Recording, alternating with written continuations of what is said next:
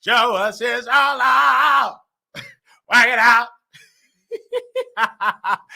Oh man, y'all, what's up? We are back with another video. Oh man. Before I start this show, come on in the room. We always start with the pre-show sometimes I air it to the public. Sometimes I air my pre-show sometimes I do a pre-show just for me. So I listen to my gospel turn up, my trap turn up. I just turn out by turning it up. So we are back with another video. We have a lot to discuss. This video is being watched all across the world. So we thank you all over the UK, my UK family. Y'all are up. It's daytime where y'all at. Shout out to my South African family, my Canadian family. Thank you so very much. My Asian family as well. The Caribbean family as well. Thank you all over in Africa and all over the melanin. Thank you. And also thank you to those over here in the United States of America. Thank you all for coming over to another episode of the Wiley Show. We thank you all so very much for taking time out of your busy schedule to come over to this show this late. We are pumping out more content, okay? And this is what we do. We are back pumping the content out, more videos, you know what I'm saying? Then we have pre-recorded videos. I mean, not we posting clips of the videos. We are definitely doing that. So we ask you that you like the video. When you come on in the room, we about to put on a good show. Come on in the room. Come on in the room. Yeah. So we are here. I want to say also shout out to my people. We want to do a check-in with the subscribers. We're going to start that. Paul, forget it. We're going to start the check-in with the subscribers. We got Golden Glam Glitter in the house. We got Koi O'Kane in the house. Latavia J in the house. We have us Ducky _111 in the house. We have Katie, K-E or Barry. We have her in the house. So shout out to all y'all that is in the building in the wee hours of the night. Thank you. So Maya the model in the house. And so we are so honored to have you all here. We call it checking in with the subscribers, and it's so honored that we have y'all here in the middle. We got Ducky _111 in the house. Sometimes you forget. I don't want to forget about the producers that are taking time out of their schedule, not only viewing us, but taking the time out to make your presence known in the house. So we thank you so very much. And for the 50 plus that are in the bushes, thank you and welcome for all over the place. And what we're doing is I want y'all to post where you're, I want to see where you're at. I'm in Dallas, Texas. All right. So post and represent your city represent your city. I see you right here. Shout out to Maya, the model. I see you in here saying that's right. We love Wiley. So we are here. We have over 50 people in the building, deep in the building. Shout out to the love, shout out where you at. We got Portsmouth, Virginia. We got Dallas, Texas. Aaliyah, TV. We're gonna make her a moderator. She is here. I don't know if she want to be a moderator, but we're gonna make her a moderator. I don't know if she want to be a moderator, but we're gonna make her a moderator. I don't know if she want to be a moderator, but we're gonna make her a moderator. I don't know if she want to be a moderator, but we're gonna make her a moderator. All right, we're gonna make her a standard moderator. Okay, showing the love and showing us massive support. I don't know. And if we got Renee, we're gonna make Renee a managing moderator. So she's gonna be our managing moderator. She's very faithful, and so if she's in the chat this lovely morning, we will upgrade her moderator status to a managing moderator because she, out of all the mods, really Renee is very faithful. So she probably sleeps. So y'all let her know that we're gonna make her a managing moderator as well. So thank you. We got her as a moderator. Love you for your massive support, and we want to welcome her to the family. Okay, we have who else in here? We got the Bahamas in the house. Shout out to the Bahamas. We got Austin, Texas in the house. We got Philly in the house. Cupcake, hey. We got Chicago in the house. Hi, Believe in Faith in the house. We got Sheila, hello, in the house. And some of y'all I've never seen before in the chat, so welcome. Whole new audience reaching out to us in here. So let's first get in. So we're talking about somebody from Chicago. Let's start with our first topic of the day. We're going to talk about what's going on in the city of Chicago. So we apparently got the update. I got the text from my mom and family that live in Chicago. They said, Wiley, you need to talk about what's going on in Chicago. These teens are out of control. I was getting multiple videos and clips. Talked to a couple of my cousins. They were teenagers and they was downtown Chicago. They were people were fighting, jumping on people. Two teenagers were shot at downtown Chicago. This happened last night. You know, the police had to come and disperse the crowds. They was jumping over cars and they was kicking cars, and it was so really unruly of those teenagers. So I was watching at the Rogers Park Chambers of Commerce. They was making a statement. They was on a press conference talking about what was going on. We had some Asian leaders. They were making some statements what was going on. And so, of course, the current mayor, she is made a statement that she is going, talking with Sheila leadership, the police. They're going to do a better job for that. And so that was the statement that she do it. She is, I believe her last day is May 15th as the current mayor. And so with that entail, Mayor of Chicago, Lori Lightfoot, is on her way out the door. So we want to read the statement of the incoming mayor, Brandon Johnson. Everybody were saying Brandon Johnson is going to make a statement. So I was trying to see what statement is Brandon Johnson going to make. And so clearly he made a statement. The mayor-elect Johnson's statement on last night unrest. He said this quote, "In no way do I condone the destructive activity we saw in this loop in the lakefront this weekend. It is unacceptable and have no place in our city. However, it is not constructive to dehumanize, um, I'm sorry, demonize youth who have otherwise been starved of opportunities in their own communities. Our city must work together to create spaces for youth to gather safely and responsibly under adult guidance and supervision to ensure that every part of our city remains welcome for both residents and visitors. This is one aspect of my comprehensive approach to improve public safety and make Chicago livable for everyone." That was the statement that he wrote, condoning the violence that happened downtown. One of my good friends from Chicago, he was on our show, Anthony Clark. He wrote this to that response. He said, "Yes, investment in creating proactive opportunity and addressing issues that took place decades to create issues that took decades to create. More police aren't the answer. Police are reactionary by nature. They respond to crime, they don't prevent it. More opportunity is one of the main answers and help prevents crime." And that is what he said. And of course, we had other white people that were responding to the noise. They said, and I'm going to respond to three of the white residents that responded to that post, that tweet that Anthony wrote, because he got 7 retweets, 13 views, and over 100 replays or replies to his tweet. And so one of the white residents said this quote, "Is there a timeline for this idea? How long would it take to invest in the community and seeing changes? How long should people put up with the dysfunction and crime?" Question. Another white resident said this, "Opportunities need to be given and change need to happen. But if you get soft on crime, there will not be a city left to save." Another white resident said this, "There's a long-term plan that will be that will take place that will take 20 years. We need a short-term plan too." Okay. So Wiley want to respond to this, and I want to be crystal clear. Okay.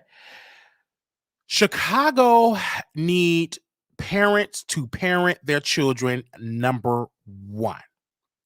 Number two, the city, because of the unrest with the unruly behavior of these teenagers have been going on for the last couple of years, there needs to be a mandatory 7 p.m. curfew.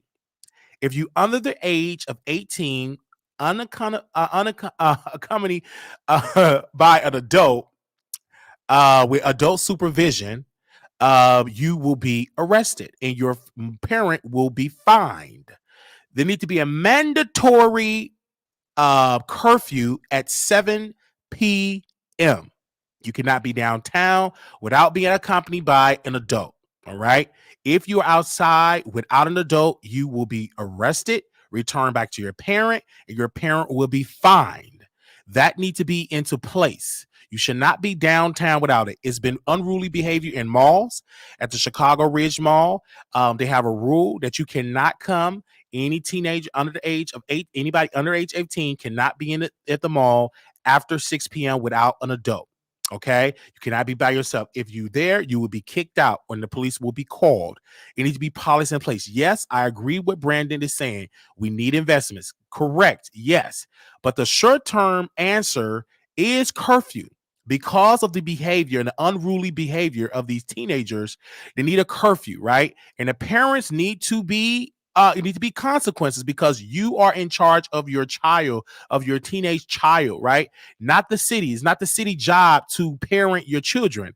And if you as a failure as a parent, then you need to be fined and you need to take mandatory parenting classes. And then also you need a social worker to see why are you not able to parent and be in your child's life. Maybe we need to work with your education to get you a better job so you can be at home with your children so you know what's going on with your children. So that needs to be into place. And if I was the mayor, and as I am, I have families and friends that live in the city of Chicago, and I told Brandon and I sent him an email. I said, you need to, when you become mayor, and you're sworn in on May 15th, you need to put into place a mandatory curfew at 7 p.m. that no child under the age of 10 can be in any place in the city without being accompanied with an adult. Unless you are working, you exempt. If you're coming from job, you must show your schedule, but you cannot be in the city without an adult after 7 p.m. When 7 p.m. hit, you got to be in the house. You got to be accompanied with an adult. You cannot just be in the city just running rampant. Absolutely not. And you work with DCFS, you work with Child Protective, DCFS is Department of Children and Family Services, and you work with social workers, and you work with all that, and you work with the Chicago Police Department and also the state agencies. That need to be into place, right? It's unacceptable for people to be downtown and have to see ruly behavior from teenagers that don't know how to act, don't have home training, and come there downtown, think it's okay to damage people's cars and terrorize the residents because it hurts the bottom line. So I did a little homework, as I always do, okay? And so I talked it over with Samantha and my team. So we saw a YouTube clip that shout out to Blue Skies for sending me the YouTube clip. She sent me over a clip of what was going on in Chicago.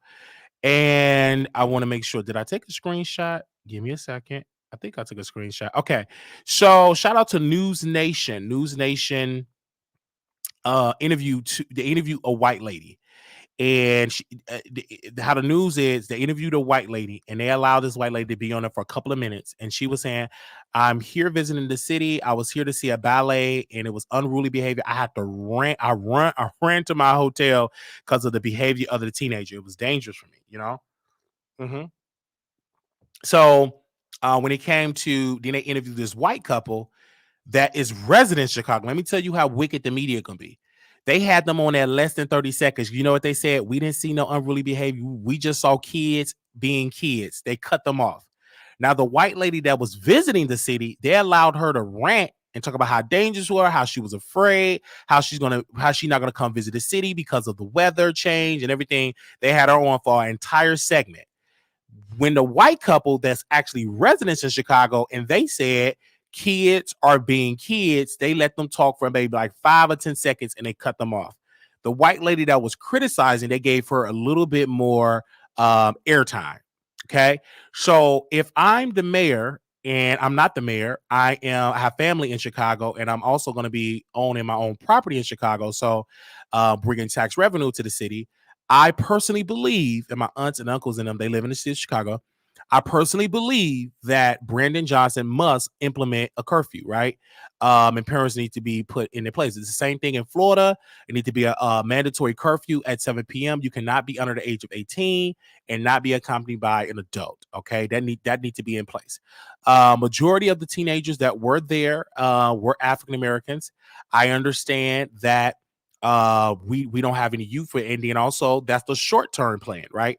The long-term plan, which will take a couple of years to be off the ground, that you all need to utilize those school facilities that are shut down and make it into a youth center. It need to be multiple youth centers around the country, and you need to put a state of emergency. So have those youth centers so they can have somewhere they can dance, they can skate, they can be on a computer, they can listen to music, they can do hip hop classes, they can do ballet, paid by the taxpayer. You can have programs where they can pay maybe $5 or $10 or $100 a month. Those that can't, they can qualify for grants and actually do that. And also you can get grants to fund this and finance it. That's like the long-term plan. And you need to have, because I remember, and I'm duplicating this because I live in Dallas, and we have what we call youth centers and community centers, right?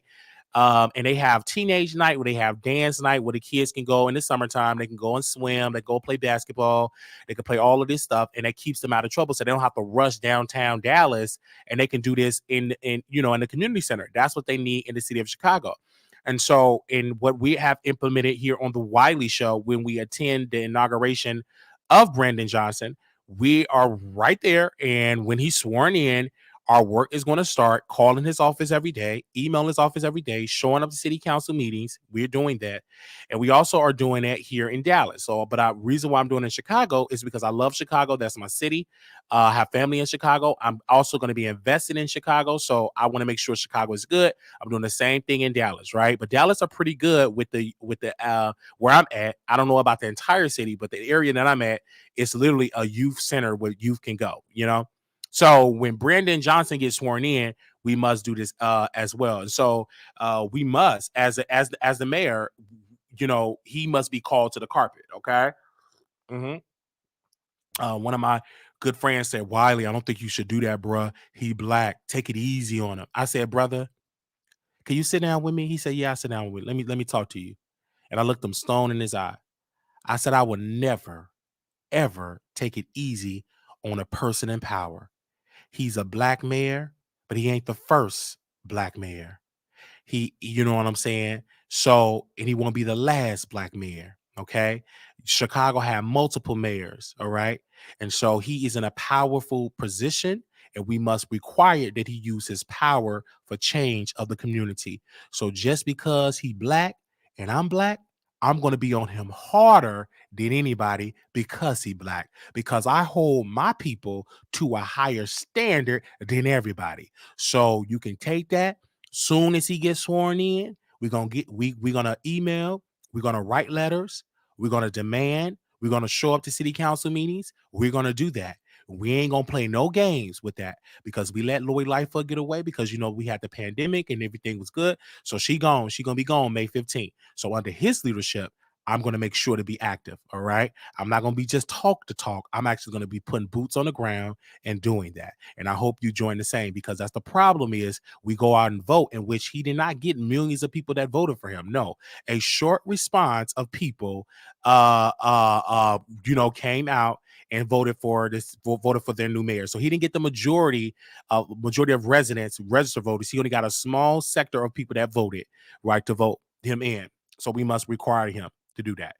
And I saw Brandon response. And let me read his response again, because I don't want it to get twisted about his response, because I seen his response and I want to read his response when his team sent it to me. So they told me to read it. And I said, I'm going to read the statement. You know what I'm saying? I don't mind reading the statement. It said, Mayor-elect Johnson's statement on last night unrest. In no way do I condone the destructive activity we saw in the Loop in the lakefront this weekend. It is unacceptable and has no place in our city. However, it is not constructive to demonize youth who have otherwise been starved of opportunities in their own communities. Our city must work together to create spaces for youth to gather safely and responsibly under adult guidance and supervision, to ensure that every part of our city remains welcome for both residents and visitors. This is one aspect of my comprehensive approach to improve public safety and make Chicago livable for everyone. Okay. So we want to make sure, because he wrote something in here, that our city must work together to create spaces for youth to gather safely and responsibly under adult guidance and supervision. Okay. So with that, it's going to take policy and investment for that to happen, because city leaders, now Brandon, y'all say that, but then when y'all get in office, y'all speaking another tune. Okay. Shout out to Jamal Green, because Jamal Green wanted to and get a youth facility, a youth center. The old school, the city did not do it under Lori Lightfoot. She refused to give him the building so he can use the building to get to transform it into a youth center. Lori Lightfoot said no. She did not want to do it. So why you're not working with city activists like Jamal Green that want to put investments and do that? We see that Pastor Cory Booker out on the South Side. He just got the funding to finally get his youth center off the ground. And we need more of that. We need one on the south side. We need one on the north side. We need one on the west side. We need one on the east side. Every part of the city of Chicago, we need a youth center that is open from the hours from the morning when the summertime happens, when the kids out. It needs to be open from 7 a.m. to 7 p.m. It needs to be open from 7 a.m. to 7 p.m. A facility that is open 7 days a week. That is open 7 days a week from 7 a.m. to 7 p.m. that cater to people from all the way up to 18 years old. It needs to be a facility. You know what I'm saying? And you got the infrastructure, you got the real estate, get the investment, remodel those places to cater towards the people. All right. Mm-hmm. What I'm saying now, I understand about Walmart. Got that email. Walmart is shutting down because Walmart is not getting the investment back, the revenue, due to theft, due to other things. But Walmart need to, and I saw a tweet, and I want to echo this tweet, that Walmart need to do more smaller stores in communities instead of these big box stores. That's not always profitable in every community. So if Walmart were to make smaller stores, because I think, is that Walmart or Target? It's a store. Oh my gosh, I'm trying to think. It's not Walmart. It was is it Walmart? I think they call it. It was some store that's a smaller store. Like Walmart need like a smaller version, like a baby Walmart. So instead of this big old box where it take millions of dollars to operate, have something to cut down costs, a smaller store in the community, a smaller grocery store in the community, and everything like that. Because they close Whole Foods down, they close in Walmart. Walmart closing 4 stores in city of Chicago. So now that just opened up for entrepreneurs to say, hey, let's bring more of these stores in the community, but not like a big store, like a major outlet. Let's do a smaller store to keep down costs. Like the most thing that are popular in this area, like food. Let's do it like a smaller version. Okay.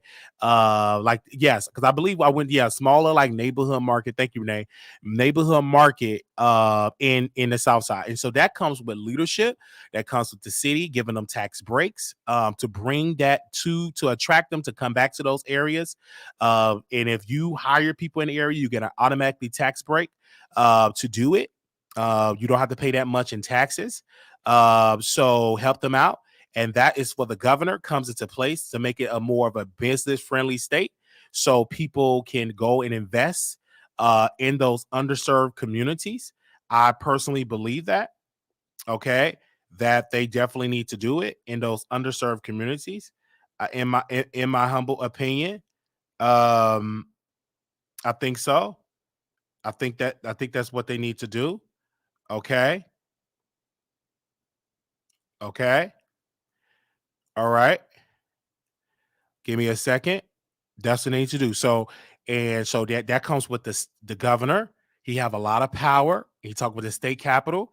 They need to work with their tax thing. The tax system in Illinois is too much. I've talked to many business owners. They tell me, Wiley, I don't want to open a business in Illinois because it's too expensive in taxes. I will go to Texas because Texas is more as a business friendly. So that comes with policy they need to change in the state. If the state of Illinois want to deter businesses from leaving the state, they need to cater towards those businesses to stay in the state of Illinois. So that comes with policy on the state level, and this is why residents. And this is why we're working on some things too, because I think a failure in our community is that we don't have organizations enough, have the funding to put boots on the ground to educate the area. Because people go and vote, like their sole job. I'm gonna go vote. But it needs to be nonpartisan organizations. Their sole job is to educate and inform the public, like about government agencies. Like my company, if we put boots on the ground, we go to neighborhoods and we like, okay, we do town halls. Okay, you guys, to help our community better, and this is how we do it. This is how what's going on, or this bill is being in place. And this bill will help our community. Let's give you the reasons why. And this is what hurt our community. We're gonna give you the reasons why to educate. Because even though like the state of Illinois, we have state representatives, I feel as though they don't do enough town hall meetings, and their social media presence are some of them non-existent to educate the working people. And then sometimes you have to leave social media and then knock on doors, go to churches and all this. Don't just come to me when it's time to get my vote. Okay, you in there. Okay, you my representative of District 3, Mr. Wiley. Okay, I'm your representative. So my sole job is when I'm in Capitol Hill, when I'm in Capitol Hill, when I'm in the state house, right? In the state house, the state capitol, when I'm on the state capitol, I'm proposing bills, right? My colleagues are proposing bills. It can help my district or hurt my district. My sole job, once I leave my office, I can go do the work. And now I proposed a bill. Now I need to educate my district first. Okay. I'm educating my district and say, this is what I'm proposing. These are the obligations. This is what we need to get it passed. This is the work that I need y'all to do. I'm proposing it, and this will help the community. Then I leave my district. Then I go to somebody else's district, because you don't have to just stay in your district and educate. You can educate all over. You represent, technically, to be free. Yes, you represent a district. You may vote to represent a district, but this bill, if it becomes law, it would affect all residents in the state of Illinois. So I will go to every district and say, go on a tour, a town hall tour, and say, educate, and invest in educate. So when I need to run again, and then if I have a success, let's say my bill passed, the governor signed it, we take a photo op, then I go on a celebration tour and tell them how this bill is going to help. And then, like, if it's an infrastructure bill that I've written, and go and do a photo op and go do a town hall, and also work to get minority businesses, black owned businesses, right, to get contracts, and work with them to get contracts to make sure they get a piece of the pie. And I'm documenting it all and putting it on social media and working with the news and working with black owned media. Go back on there and let them know. I said, this is going to help your community. This is going to help. And then I have a listening tour, and I'm like, is there anything else that's going on in the community? Anything else I need to do? And Miss Barbara say, oh baby, I'm so tired of all this crime and blah blah blah. Do you take it back to your district? You work with the mayor, you take it back to there, you write some more bills, you come on and you duplicate that. That is how you change the mindset of the electorate. You educate, and you will be a popular representative. Of course, you will be dangerous, because people will be like, who is this guy? Because you're effective anytime. Let me drink some of my coffee. Anytime you are black and effective in helping the people, you are a threat. Anytime you get the ear and you're more dangerous, you get things done and the people are listening to you, you're dangerous. Mm-hmm. So you think, and then it's gonna backfire because you black. And if you are black and you having policies to help underserved communities, watch the trashing of the media, Watch other Black folks that is jealous of your successes come after you. Watch the power structure of the media, but you can't be worried about that because you educated. You know this is going to happen. You read in books. You're talking to other leaders, so you know this is going to happen. Only thing you got to do, hear the noise, you come right back, and you keep it going. Don't worry about responding, cussing people out. You get distracted. You stay on message, and then that's how you become effective. And then you a state representative. Then next thing you know, the DNC, the then Triple C, the RNC, they start knocking your door. Okay, Mr. Wiley, you've been representing this district for 5 years. You're very successful in your district. Crime is down. Home ownership is up. Businesses is thriving. Education is up. People are getting their high school diploma. They're going to college in your district. We would like for you to run for governor. All right.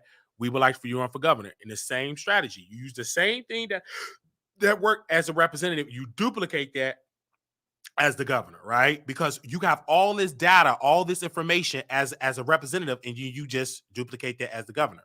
So that's how you do it. It's not hard. It's hard. Okay. I'm not saying hard. It's a challenge to do it because you're going to get resistance because it's difficult because you're coming behind. You're in a system with people that did not do it. So you got to go through years of misinformation, years of neglect, but you got to take it. And then if you really stick to it, it will win. And that's how change happen. And you building that coalition and you're building that and you building those relationships. And then people will vouch for you. It's like, Wiley is he doing the work, and I got all the receipts. My media president is on fire. My marketing president is on fire. I have multiple great relationships with the churches, with the synagogues, with the mosque, with city leaders, with the church, with the teenagers, with the students, teachers unions, everybody. They understand the work that Wiley is doing. So that's how you enter into the game, and that's how you do it, and that's how you build those relationships, and that's how you do it. I just feel like our politicians don't do enough to tell the people about their wins enough. And our case in point, when Jamal Green, when he was having his organization, My Turn to Own, when he was helping African Americans become homeowners, I said he did not do enough to promote that he helped people to become homeowners. He should have run commercials after commercials about, hey, my name is Mrs. Barbara. I live in this neighborhood. I never owned my own property. My credit was bad. Under the leadership of Jamal Green and his credit specialist, I became a homeowner at the age of 65. I became a first-time homeowner. Another person, young, 29, I became home. My credit was bad. And then that's how you change the condition. And you do a tour and you duplicate that and you travel around the city. But you can't wait to talk about that when you get ready to run for office. You should have did that 2 years before when you implement the program. So by the time you win, they know exactly who you are. Because a lot of times when people run for office, they just 6 months, they ready to run, but they don't really.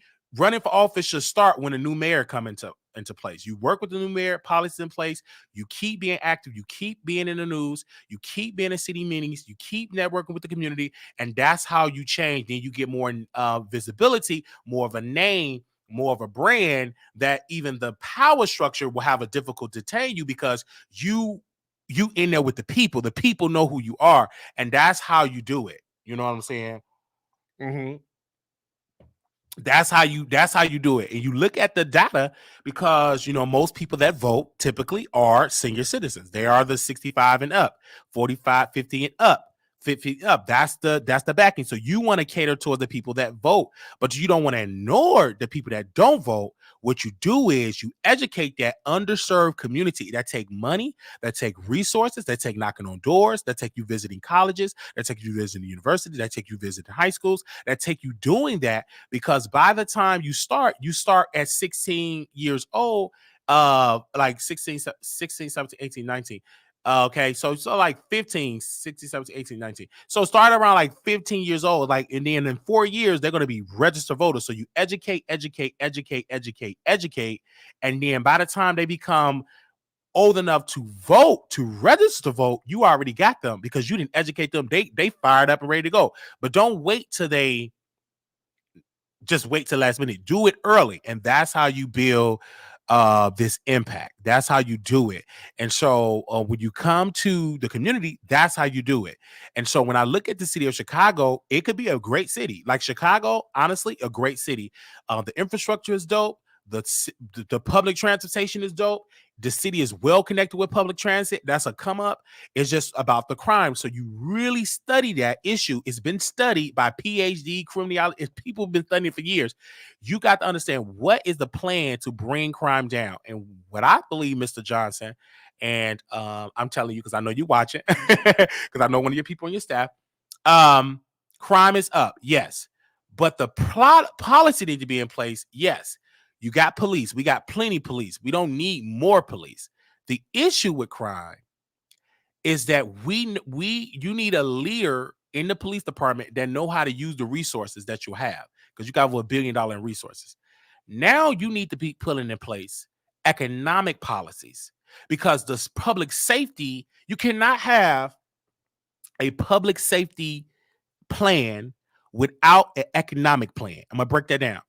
You cannot talk about public safety and you're not talking about a public economic plan. Economic plan in conjunction with public safety, that's a beautiful marriage. But if you just focus on public safety, more police, and you neglect economic plan, then your public safety ain't going nowhere. The public won't be safe. But if you have a strong economic plan, when you're talking about training young people to work, helping them become nurses, helping, implement, if you are a city resident and you go to a city school, right? A city public school, private school, or charter school, we will let you get to become a nurse. You don't have to wait till you're 18. We will train you to become a nurse, study to become a nurse. Once you become 18, you take the state board and you can become a licensed nurse. So by the time, I'm just using an example. So by the time you become graduate, you're going to be making about $30 some dollars an hour. You done already got your bachelor's. You already got it as a nurse, as an example. That goes for the engineer, that goes for a carpenter, that goes for a plumber. All of that's economic, financed by the city, economic plan. And that will bring and drive down crime really good. And that not just even for children and for public, for all residents. We have all for this plan. This is an economic plan. You know what? Brandon Johnson, she need to shake it up. So you need to address the city and say, you know what? Sit down with the city council and say, hey, we need to make city colleges free for city residents. If you're making less than $100,000, you need to have you should be able to go to city colleges for free. If you own food stamps, you should be able to go to city college for free. One of the requirements I think that they should have in Illinois, in all cities, in all states, right? If you want public assistance, it's a requirement that you must go get your high school diploma, your GED, and you must get your college. If you refuse to do it and you flunk out, you will lose your resources. You will lose your benefits. You must go get a trade or something. Why are you on government assistance? Why are you on Section 8? It is a requirement that you be in college and get you a degree or a skill, computer skill, engineer, plumber, a trade or something, barber, whatever. But you must complete it and all that, because this is a temporarily thing. And so while you're getting help by the taxpayers, you're educating yourself. So when you get this degree, then you go back into the workforce with education. You know what I'm saying? So you don't need to come back for Section 8 or public housing, because you make good money to afford for your own stuff. So these are the economic policies that I feel like Chicago need to do. You need an economic policy. It's because the issue with mayors that come into place, they always say public policy, more police. No, policing as their job, they are reacting to crime. Like it's called to protect and serve. So they're responding. You need an economic plan in conjunction with a public policy plan. And when you implement this policy, With the economics, you drive down crime. You look at it, Inglewood, South Side, West Side, all this home ownership is down. So you need to work at and say, okay, we got the city treasurer. We need to do a tour. We need to help people, to give them free credit counseling, to help them get things off their credit, to help them build their credit. And we're going to help them. Why are we doing? Why would you say that, Wiley? So we can help them get an FHA loan to become homeowners. In order to qualify for this loan, you got to go and live in this community. If like Inglewood is not doing good with homeowners, right? It's down. So we're going to help you. We're going to give out this land. We're going to give these homes, but we're going to work on your credit. You got a good job. You become a homeowner, then more people become homeowners, then this person become homeowners. You just drive down crime. This person implement a block club, a neighborhood watch club. This person in another neighborhood. You working with the police to know what's going on in your neighborhood. We work with the police to know what's, the city, and all of it works good. Because when you empower the residents to become owners and they have property to protect, you bring down crime. Now, for the carjacking, give me a second. We talking about it today. I don't care if this live is 6 hours. Okay. For the carjacking and everything, I'm the mayor. It's my sole job as the mayor. And I must, as the mayor, work with Kim Fox. She is the Cook County State's attorney. So I have to work with her. We must, as the mayor, Brandon, you must sit down. I saw you met with the attorney general. Great. You have to sit down and have a coalition, a partnership, a true understanding, and a true great working relationship with the city council, with the state, with the Illinois state. We have to work with them, and then you have to work with Kim Fox. Then you have to work with the county board. All y'all have to work together. It is an issue in the city of Chicago that I feel that, everybody is trying to be so independent and y'all not working together. And then when issues happen, y'all pinpoint, I blame her, I blame the police, I blame the prosecutor, I blah, blah, blah, blah. Y'all have to have a understanding, and y'all have to be working together as agencies, right? As public servants. And y'all need to do a better job. Y'all need to do a better job having town hall meetings and educating, showing the public your plan, y'all update, not just y'all plan, but then you give an update on the plan, and then update on the update on the plan. So that's what I feel like that needs to happen. Now, when it comes to carjacking, it needs to be, that's when the mayor have to apply pressure to the state and apply pressure to all the state representatives. And they need to put a law in place. And I'm sorry, and I'm about to say it, I know I'm about to get some pushback. It needs to be mandatory. If you carjack, it needs to be upgraded to a felony. You need to be upgraded to a felony, meaning that you have to get more prison time if you carjack. And we have it in place. If you carjack, more prison time.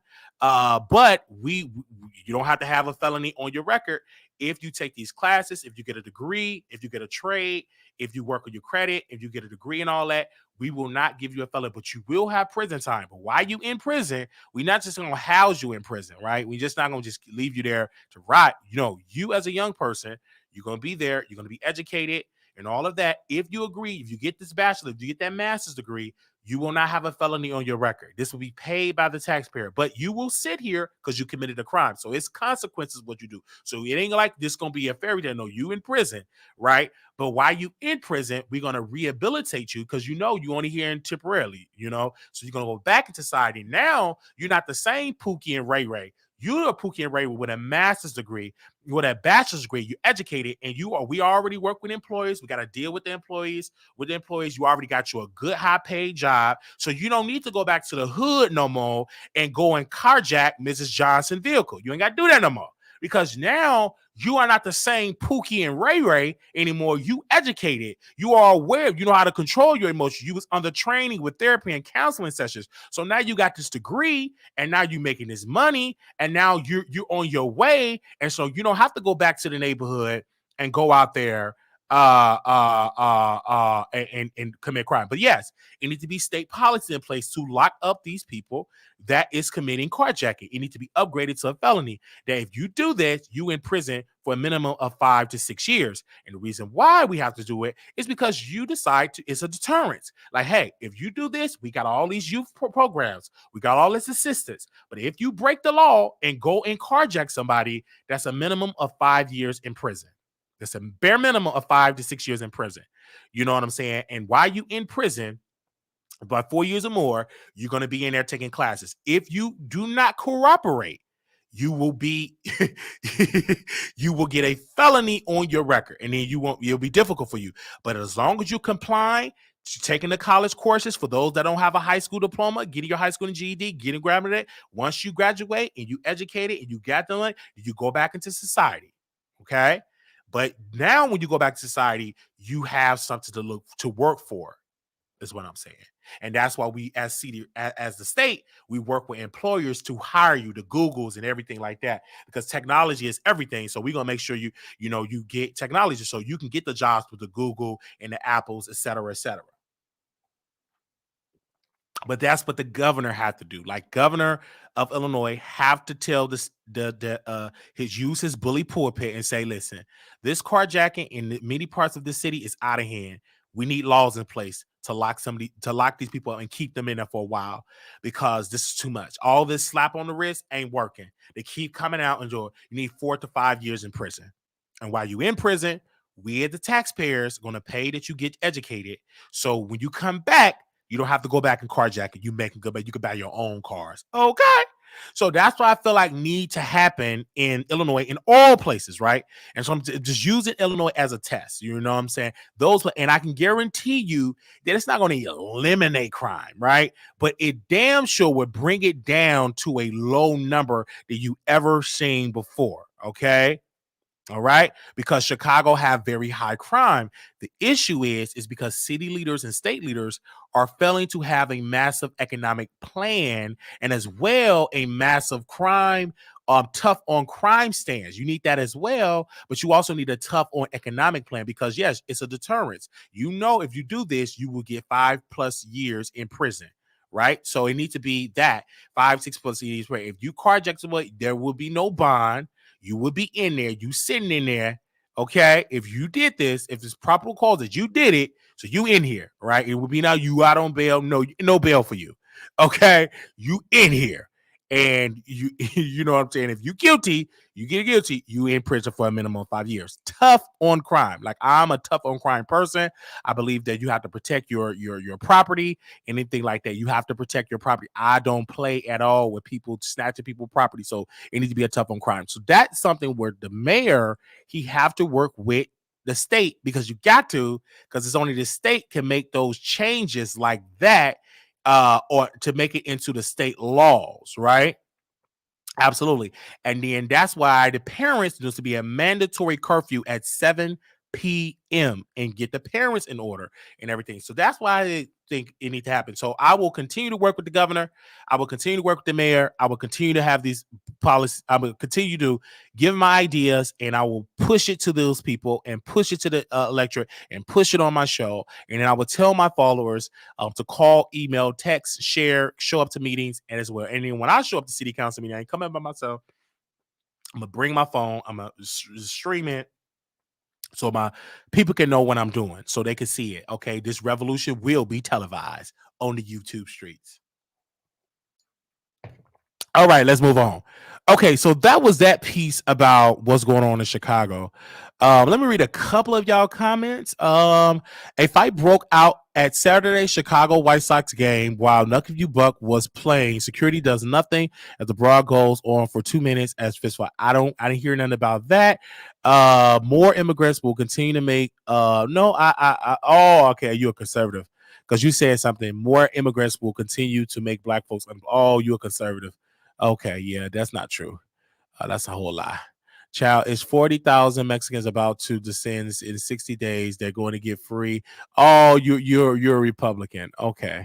Oh yeah, you're conservative. You watch Fox News, but you're watching Wiley. Oh yeah, I understand. Oh yeah. Talking points, which is based on a whole lie. Someone Blue Guard said they shoot any other time, but when it's actual chaos is happening, they only like to take the life of innocent people. They said Chicago is definitely a crime with me. Okay, they said parents need to have curfews and be firm. It starts at home. Most definitely. Absolutely. I agree. Them kids going to uprise and turn on the city. I don't agree with that. But yeah, I see. I got a lot of people that watch Fox News that's in the chat. Welcome. Oh, I love it. When you talk about Chicago, they in here, they watch Fox News and they get the same talking points about immigrants making black people unemployed. Another lie. There's multiple jobs that's available right now. Not hiring is all over the city. It's all over this country. That's in there, and then you tell them to hit the link, they don't hit the link. And I guarantee you, when they hit the link, they white. And if they black, they are black conservative that listening to Fox News talking points. I guarantee you that. So I dropped the link. I guarantee none of them gonna hit the link. The Democrats are at fault. No order in the city. That's another thing. Yes, and I agree. Let's talk about it now. Said Democrats at fault. No order in the city. I agree. Democrats is at fault. Yes. And the order for to get order in the city, Democrats need to get their ish together, and Republicans got to get their ish together because they don't do enough to compete for the vote with their policies in place. So they got to get their ish together. I agree with you on that. Yes, they are at fault. Of course, I call Democrats. So you thought I was about to sing their praises? I'm not one of them type of platforms. I sing they praise when need to be, but when they need to be called out, I check them. Absolutely, because the leadership in the city is Democrats. The state, Democrats. You know what I'm saying? County, most of them are run by Democrats. So they need to do a better job. So yes, they are at fault. Absolutely. Absolutely. I said the same thing in Republican run cities and counties. Same thing. So they are at fault. I'm not, and that's why I call them out. I call them all the time. Yeah, so yeah, I call them out all the time. I'll be clear with you on that. Okay. So I'm not sitting here, I'm a cheerleader of the Democratic Party or a cheerleader of the Republican Party. I call both parties out when they call me. I congratulate them when they do good. But I'm not on either or team. I am a person that is here for the working class, that is here for people that are want to survive, middle class and the working class, and also people that are homeless, the poor people as well. So I'm here for that. Absolutely. Okay. Any other questions? There's room for everyone. Let them come. Wiley holds them all. I hold them all accountable. I get Democrats together. Okay. Check my credentials. I get them together. I don't play Republicans and Democrats. We was just getting Justin together because he ain't put the reparations on his website. So we talk about them all. Okay. I'm mostly on Democrats. I don't play. The coffee is coffee. Yes, Pink. So don't get up. Oh, Wallace. No, I get them together. Because I tell Biden all the time, President Biden and Kamala Harris, I said, y'all Democrats, but how much black-owned media getting on the money? We ain't getting enough. We get pennies on the dollar. So y'all need to do a better job about that.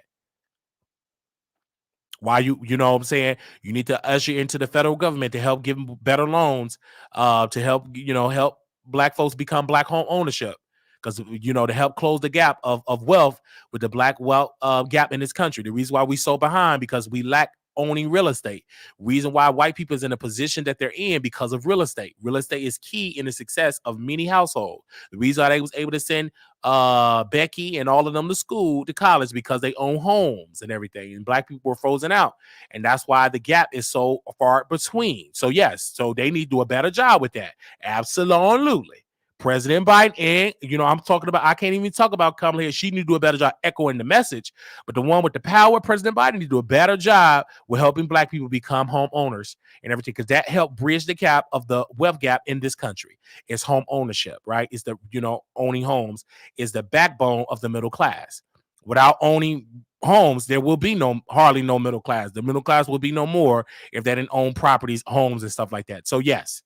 Absolutely. And I called President Biden out about that. I called them out. I call all the Congressional Black Caucus. I call the Republicans, all them out as well, because they represent us, regardless of we voted for them or not.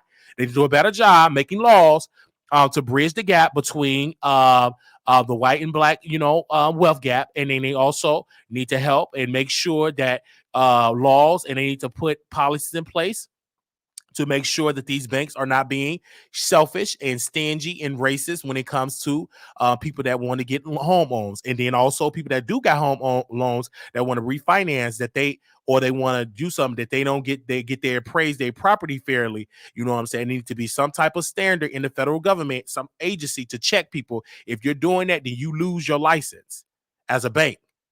If you off there failing to give loans to black people, and you're doing that historically and you traditionally you keep doing it, then you will lose your license to be a banker in America. It should be a law into place. I'm being tough. If you are a bank, you get fines, and if you constantly do it, the department just sue you, get fines. If you keep doing it, you should lose your license. The government should take over that bank and give it to a new owner that is fair to all Americans and not just fair to the one part of America. Somebody said the U.S. suffers 16 trillion loss over 20 years due to racism. New City Group study. Fine, yes. Make sure you get some rest. I got some rest, baby. I was sleeping before I did this live. Okay, when we did our live yesterday, that live that we did this morning, when we talked about that, I went to sleep. So I got my rest, honey. I need donations. So you make sure you donate so I can rest. It's hard to rest when you broke. Amen. Okay, Rose, send me some donations. Carla, see, that's your problem. Life and death is in the power of the tongue. That will happen. Stop saying that it's never going to happen. Is you saying it because you ain't gonna never do it, or speak about it, or run for office, or talk to your city council, or talk to your state representative, or talk to the president and bring your homegirls to the meetings? If you don't do it, then it will never happen. But if you out there putting in work, it will happen. What if Dr. King would have said what you said? It will never happen that white people will sit at the lunch counter and that it would never happen. Yeah, people were saying that when Dr. King was out there, it would never happen that black folks will be able to sit in front of the bus. But no, people didn't listen to that idea. They went out there and put in that work. So you got to put in that work too. It ain't gonna be easy. I didn't never say this is gonna be easy. It's gonna be difficult because you're trying to change a system that never was for us. So you have to come with it. Absolutely. So it will happen. Okay. Generational wealth. That's what we're talking about. Absolutely. So I just want to encourage you, Carla Stewart. So you know what I'm saying? It will happen, or you must put in the work so it to happen. But just say it will never happen. For you, it just won't never happen. But for me, in my house, in my platform, it's gonna happen because I got the mindset and I got the work ethic, and I'm doing the work. I don't just talk on YouTube. I actually talk to the politicians to the point they don't want to come on my show. They ignore my phone calls. One time I called somebody off, the call just accidentally just dropped. They tired of me calling. And I haven't even showed up to Austin yet. I haven't even showed up. I haven't even showed up there yet. Already. I'm a hello. Call disconnected. So while it's on one person, if he only was trying to, then of course it would never happen. We all have to make noise. Yes, we all have to make noise. Absolutely, blue girl. Absolutely. So it's never going to happen. We going to make noise, and we bringing people with us. Absolutely. You think I'm going to come by? I may come the first time by myself to take notes and then bring more people and document, but I can guarantee you I'm going. Absolutely. Latavia, I know that's right. Becoming a power to be recognized. Yes. And shout out to Renee. She is our new managing moderator. So is Renee in the chat? Renee, congratulations, honey. Thank you. She is our new managing moderator. I don't know what the managing moderator do. I give them a little bit more power. I think they can block. I think so. Let me see. I don't know what the managing moderator does. It just sounds good. All right. Anyway. Okay. Anyway, back to news. So, yes, you hear. Thank you. So, yes, I know that's right. Becoming a power to reckon it. Yes. The first interview, the 18-year-old mayor. Yes, we did. That was our first politician that's a mayor. Not our first politician, because we had the other mayor. I mean, we had the other state representatives out of Maryland, right? But he was our first mayor, and that's going to be the first of many. Absolutely. Amen. Congrats. Yeah, so that was our first mayor, and then he was on. Then we called him. I said, brother, can you come back on the show? I don't just want to interview you when you get sworn in. I was just waiting till he get more days in office. You know what I'm saying? I've been seeing what he been doing. The city council meetings, he trying his best. Of course, it's a small little city, a town, so it's difficult. It's not like he's running a Chicago. He's running something small, so he had to deal with years of disenfranchisement, years of that. So we're gonna see. I know he was in Plano a couple of weeks ago, maybe about a month ago, and so I'm encouraging the brothers. But I am seeing what he does. He go down my timeline a lot. Okay. So Girl Speaks, that's big. Congrats, Renee, just did. Wayne X said, quote, you need a male moderator, not saying me, but all your moderators are female. Yeah. Mm-hmm. We will definitely get a male moderator. Absolutely. That's in the works. We will get a male moderator. We had one, but I ain't gonna get into that. Well, we had a male. We had a okay. We had a male moderator, but it didn't work. I'm gonna use my PR. What I learned in PR. It didn't work. The partnership did work. We due to creative differences. Okay, that's what we're gonna say that. Okay, Ty, yes. Yeah, so us the T. Due to creative differences, that's what it is. I tell it on members only. Okay, let me write that down. I tell it on members only.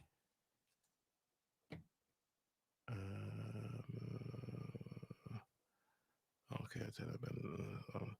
Okay, so that was that. Now we're gonna move on from there. I just want to make sure that's all into place. I like your late, early lives. They be having a lot of view when I wake up for school. Yes, Queen. Congratulations. Think about it.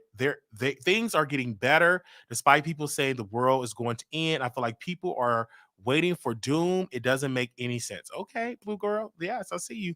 Okay, I see you. I'm supposed to be asleep. Just got done writing an essay. Thanks, Wiley. Oh, Queen, you wrote an essay. Oh, I want you to write for the Wiley Show, WileyTheTroll.com. You wrote an essay. Okay, I guarantee that probably good. But you're busy in school. Okay, what are you taking? Let me know. Congratulations, Queen. Creative difference. Yeah, creative difference. Okay. We'll get into details on members only. I go in there on Zoom. So join the members only. I ain't gonna talk about that publicly. The public, yeah. Okay, so that was that. All right, we're gonna move on. Love you. Okay. Let's get into these topics. Ooh, child. The one got a white girl. Ooh, child. The one got a white girl. I thought that he was a bottom. I thought that he was a bottom. I thought that he take it from the rectum. I thought he took it from the rectum. I'm surprised that he took a picture with a white woman. I'm surprised that he's with a white lady. I'm surprised that he eat the punani like it's a snack. I'm surprised that he eat the punani like it's a snack. Okay, so the picture went viral. He took a picture of with a white woman. Everybody in the chat were saying, I thought he was gay. And I want to say this publicly.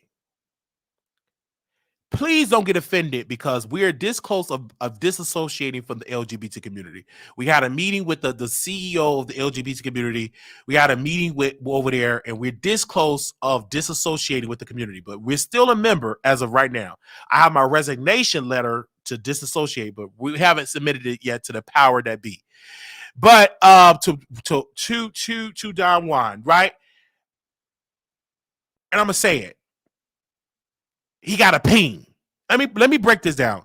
Just because a man is feminine and talk like this, hi girl, welcome to the Wiley Show, and we're gonna get into some things, honey. Just because I love you. Just because I wear painted nails, don't mean I ain't knocking down some punani. See, the problem with some of y'all judge a person on how they talk. That don't mean a thing. Because I met a lot of dudes like this. What up, dog? What up, Wiley? You know what I'm saying? I love everything like that. And they getting they back blown out by another man. So your sexuality is not reflected on your voice. Okay? Because I met plenty men that you would be shocked that I made them squirt.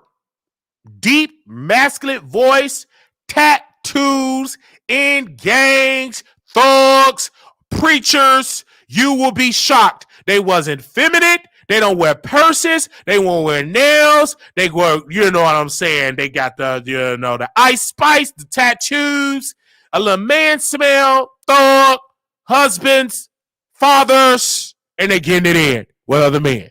So, just because he is feminine does not mean his ping don't get on hard for a woman. Can you talk to me in this chat? Do not tempt me as a man just because I say I am gay. Because at the end of the day, if you're the right woman, you work with the right thing, that thing might rise to an occasion. Okay? So Ashley said something verbatim.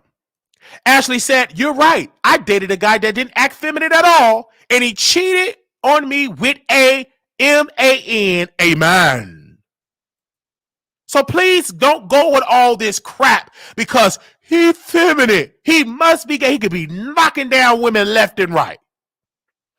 Getting them pregnant, making them reach multiple orgasms, making that body jerk.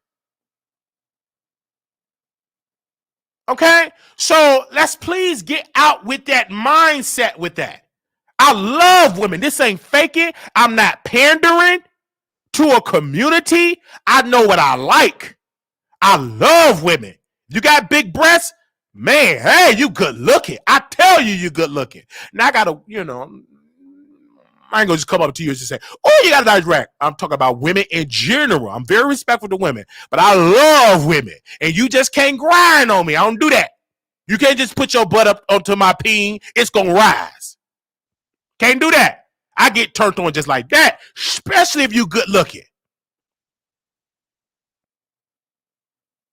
Can't be just grinding on, hey, I want to do some things. We can't play wrestle in the bed. You a woman, we wrestle in the bed. I won't want to do something. Something gonna rise. So I'm this close of disassociating from the LGBT community. I already got my resignation letter. I already told the leaders of the community. I told T.S. Madison in the general board. I think Madison was in the meeting. I think it was I know for a fact Madison was in the meeting. Prince was in the meeting.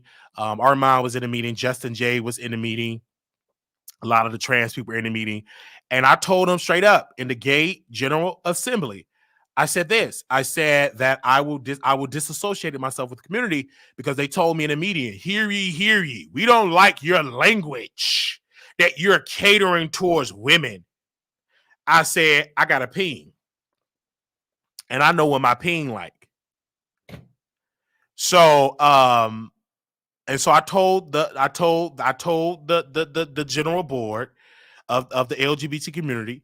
I told them, I said, I'm going to take 72 hours and I will make a public statement. All right. On my website, on Wiley the Troll, on wileythetroll.com. Okay. I will make a public statement with the General Assembly. Okay. So you know, so yeah, so that's what I'm talking about. So I don't see a problem. I love white women.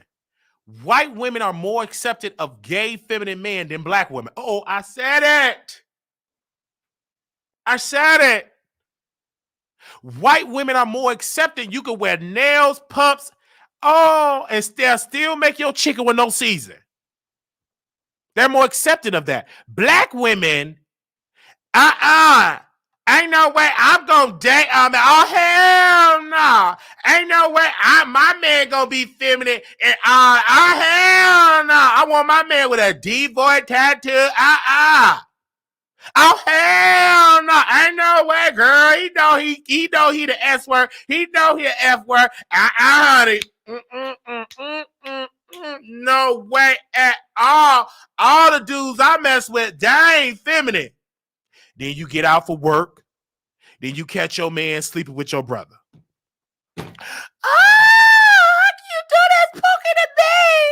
I thought you was a thug. Then you go live on YouTube. You go live on Facebook. I just want y'all to know that my man cheated on me with another man. Pookie, you did me wrong. I'm letting everybody know, B. You cheat on me, B. You an F word. You an S word. You on the down low. You got age. All that stuff. I just can't believe he cheated on me. Shaquita, he cheated on me like this and all this.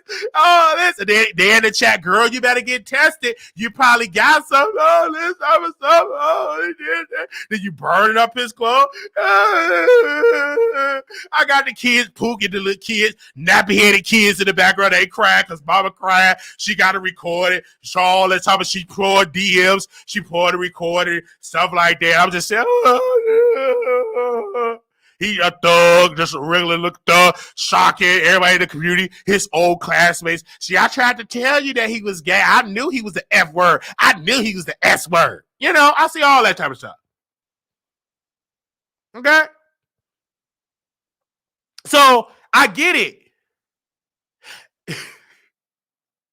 I seen that happen down my timeline. Anyway, somebody said she had twins with two. Yes, I was raised by trans women and all the seemingly straight husbands she used to sleep with. Please, I know firsthand. Chit-Chat said, I'm so tired of black women being the target for black men's sexuality. Who cares what these men are like? Leave us alone at this point. Yes, leave them alone. But it's a sector of y'all that's a look, y'all know how y'all get. Let's be clear, okay? So there's nothing wrong with it. He's intelligent. He's educated. He make money. He make a bag. He is more desirable to be he will probably be a faithful husband than Pookie and Ray Ray that got felonies and charges and cheating on you left and right. And he will probably be faithful to you. Though he may be a little feminine, but baby, he's a good man. He probably know how to make you come multiple times. I'm just saying. Now, that could be his friend. I don't know, because he didn't say that they're in a relationship. It could be him just trying to sell them Nope shirts, them Nope hoodies. I don't know. But I will say is that I've known plenty feminine men that got children. All right. Okay.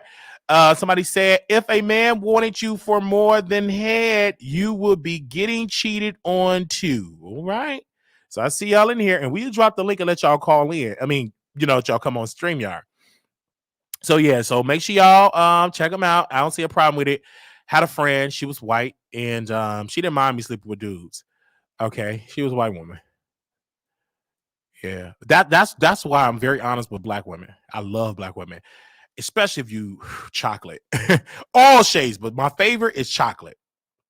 But or browns, all shades, baby. So I don't see an issue. I'm not considered feminine You know what I'm saying? I probably have feminine mannerism, probably. I'm probably a little bit more masculine. I could be even more masculine, you know what I'm saying? Especially when I wake up. And my voice is like real deep, like, good morning, Renee. How you doing? I remember I called one of my moderators years ago. She's not a moderator anymore. She was like, damn, you sound good in the morning. My voice is real deep.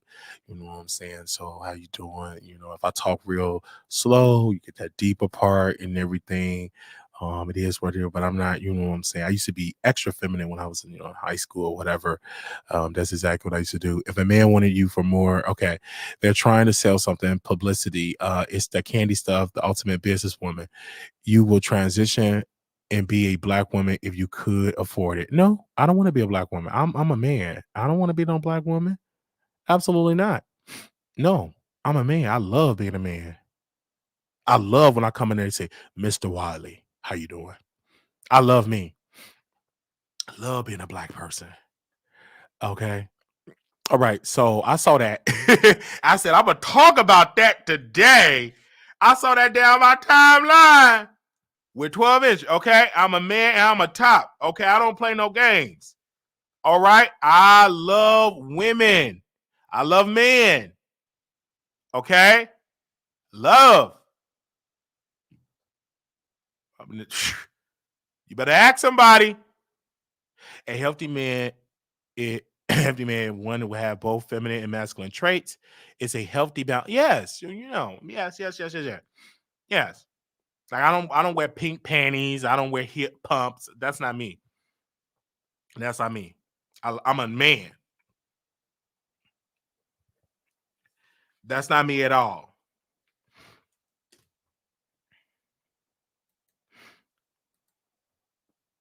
Okay. Or you're saying here.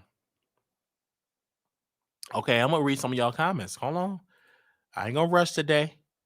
They said, why would he want to be a black woman when we're the most protected? He good. No, I don't want to be a black woman. Absolutely not. I love being a man. You know what I'm saying? I love being a man. If I want to be a woman, I did it 30 years ago. Just be honest. If you love someone, be honest and let the chips fall where they may. Pink panties, like, okay, I would have pink panties. T.S. Wiley. I love your openness about your sexuality. Thank you. We love you. We believe you, Wiley. I don't get nothing else. You're a man.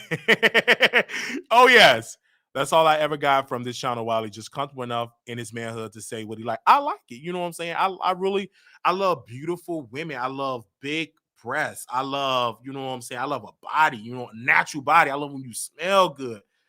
Woo, man. I'm ready. I want to get it in. I'm just, I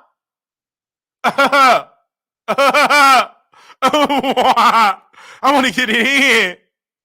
I want to get it in right now. Man, I need, if you want to be my buddy in the bedroom and you bad, hit me up. You want to be treated. I want to get it in right now.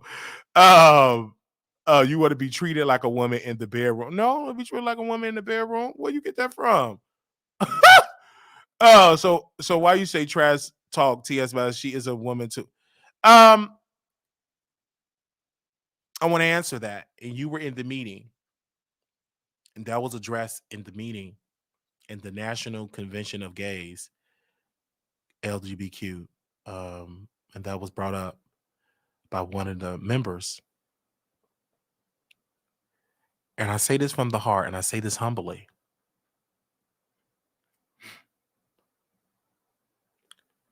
I believe that T.S. Madison is not giving me woman. She only give that when it's convenient.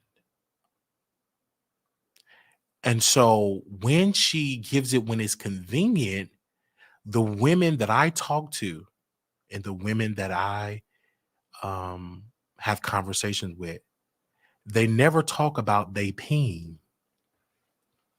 When I'm at dinner, I don't want you talking about how big your peen is if you want me to respect you as a woman. You understand what I'm saying? So I just don't understand that. Every other conversation is my ping, how big it is. You throw it out, ping, ping, ping, and you want me, and then out of all that, respect me as a woman. Then act like a woman. And a true woman don't talk about male organs on their body. They a woman. And I say that from the heart. So you can't tell me today I'm a woman, woman, woman, and then you say you could suck my peen and pull it and whip it out. And you want that's confusing for me. So I'm from the old school. I'm a conservative, traditional family man. So I just want to say, if you want me to respect you of that, must respect me as a man. And say, brother, you are a man. Do not say I am like I said in the meeting, do not say I am a cockeyed monkey, like she said, if you want me to respect you as a woman. If you want respect from Brother Wiley, you must give Brother Wiley respect.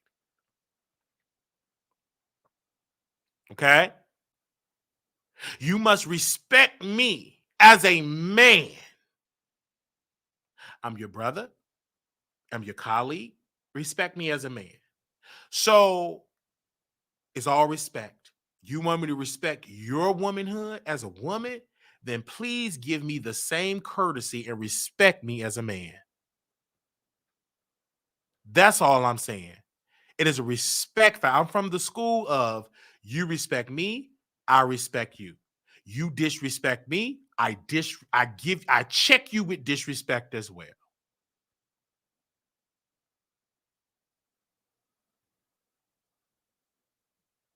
So in closing on that,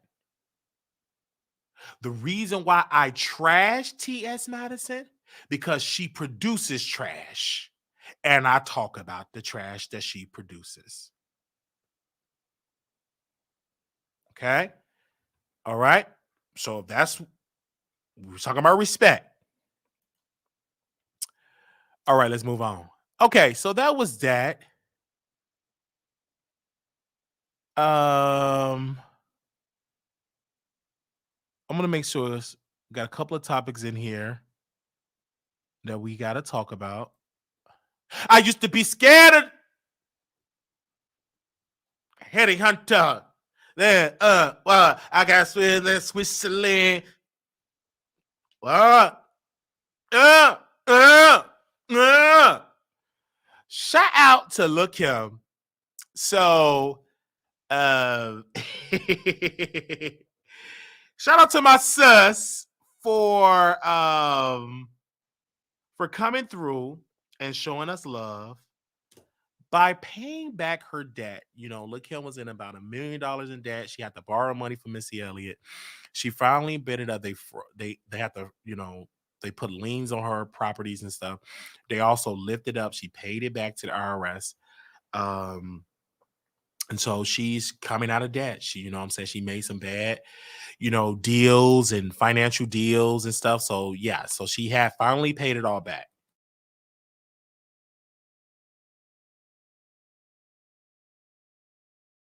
Okay. She finally paid everything back. She paid the IRS back. So, you know what I'm saying? So she was going through financially. That's, she made some very bad deals and she is trying to pay it back. And I'm so honored that she did that, that she got some positive press for it. We must honor her. Like I said, Kim, I love you. I am a huge fan of yours. I've been emailing your team constantly to come on my show. Hopefully, one day you all will answer the email and say, yes, I will come on the show and have a conversation on the show, and we will talk on the show. And I would love to have a sit down interview with you, Kim, because I'm a huge fan. So I will continue to email your staff and to bring you on the show. I love you that much. Your lyrics is iconic. Your imagery is iconic. Um, the doors that you open up for female rap is well documented and need to be respected. You are the queen of this, and I will continue to speak highly of your successes. But with that being said, it's time for you to release your book. I've heard that due to the debt, you were trying to pay that before you promote the book, but I would love to read it, and I would love that you get a biopic. You know what I'm saying? Think also you need to get a better management other than Nick Cannon to really really live and breathe, and that will be your best advocate. I don't think Nick is can really focus on your career when he's too busy making all these cheering. I think you need a better management team. And I'm available to manage you, and available to really advocate you in this business, and really take you to the next level. I love you, and I will continue to uplift you on this chat on my show. I've told my people, um, to support you, and every time I discuss you in the business, I speak highly of you. And I feel like other artists, such as Nicki and Cardi and others, need to do records with you. The same thing with Cardi needs to do a record with you as well. I feel as though I think it would be iconic for Cardi to do so. And I reached out to Cardi last night. She's seeing my messages. I said verbatim, I said, you need to make a record with Kim. I think it would be iconic for you to do a record with Kim. Be good for your career. New school paying homage to old school. It will create a trend to do it because they do it in comedy. They do it in comedy and country and all of that. They do it for that. So I will continue to send support to you and show love to you and always sing your praises. And like I said, if things come up that is questionable, I will call that out. But as of right now, that ain't the time because you paid your debt and you are an amazing mother. And I think motherhood looked good on you. You have a beautiful daughter, a daughter that loves her mother, and you love your daughter. You are an amazing human being, and you are an amazing role model to girls across this country. And you have a lot of fans that support you. And I feel as though it's some things that you can work on by doing reality TV, releasing that book, doing a biopic, etc. Why not? You need a lifetime movie, or you know what I'm saying, or a major budget movie as well. Whatever one comes first, got the bigger bag for you. I feel like you need it, and you have total creative control to whoever to play you. You just an amazing, you're an amazing talent. A talent that needs to be respected in this business. And I will continue to use my power as a man and my, my privilege as a man, to uplift my sister in comedy. Um, I will always uplift you in comedy. I will never forget. You did an interview, and they kept bringing up Nicki, and you said something in that interview, sister. I'm gonna give the synopsis of what you said. You said, no, no, no, no. Let everybody shine. Because you don't ask her these questions. No, no, no, no. Let's talk about the bars. Let's talk about how great the bars are. Like, so no, let's not do that. Let's respect all women. And I'm glad that you did not continue to take the bait for continue that narrative to go against another female in your genre in this business. And so I respected that. I know you didn't always feel that way. You went in the gutter, but I saw the maturity of Kim, because when you first had the beef with Nicki, you wasn't a mother. You was a young woman. And once you had your daughter, I saw the mature Kim that you're like, okay, I'm not going to take this bait.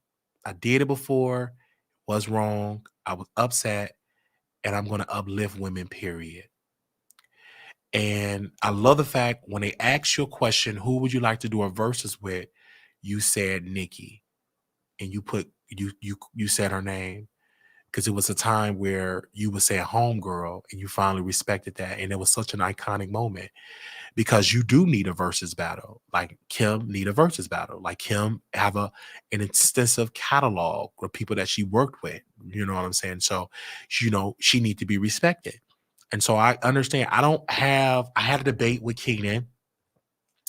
He go by China, and we were debating about Nicki and Cardi and um Nicki and Cardi and Nicki. I'm sorry, Kim and Nicki and all of that.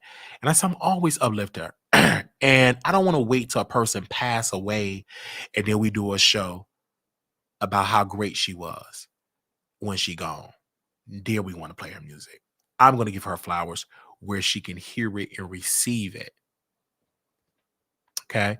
Let me highlight this comment. Kim is a grown, loving woman, and she's not hated amongst her peers. You're right about that. Poison. Ivy said, Wiley, when are you going to finish praising Kim? It's been almost an hour. I want to respond to my sister, and I say this humbly. When you start your own show, you can praise who you want to praise.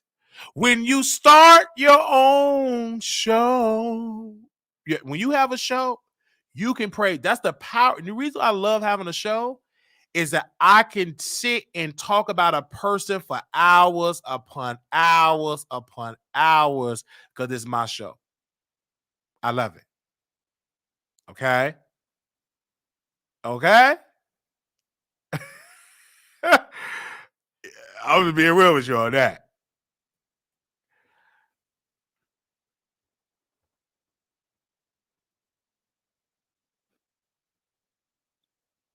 Thank you. So send it to Kim. I want to ask y'all a question. Do y'all share my videos to people? Be honest. Press one in the chat if you shared my videos recently. In the past week, you shared one of my videos. Press two, you don't share me.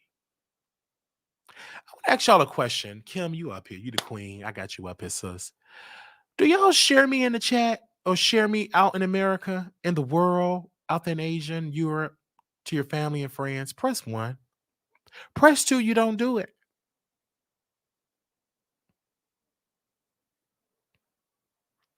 Do you tag me on Twitter and use the hashtag The Wiley Show?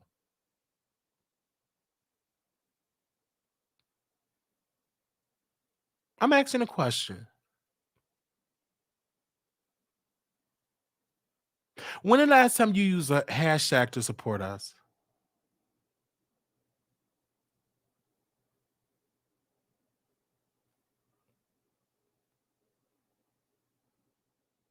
Give me a second. Twitter, Facebook, Instagram, TikTok.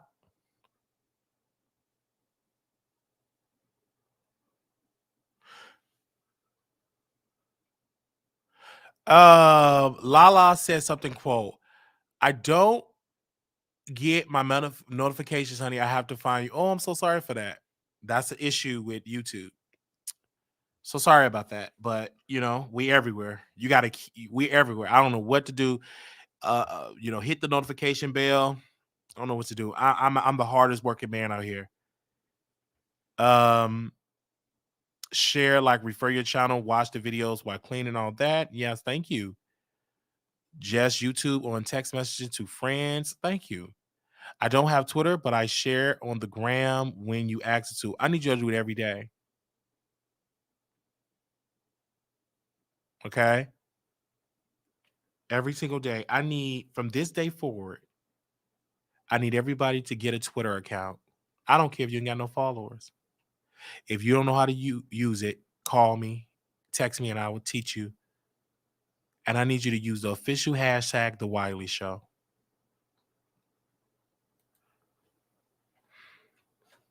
Give me a second. I need you to use the official hashtag The Wiley Show on Twitter.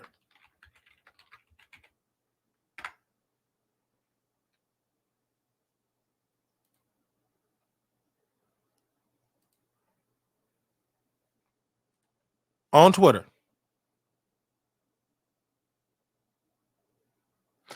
No, because you don't like. Okay.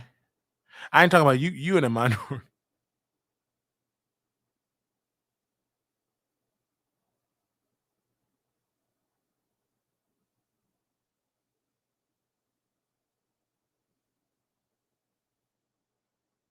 Yes. Can y'all do that right now?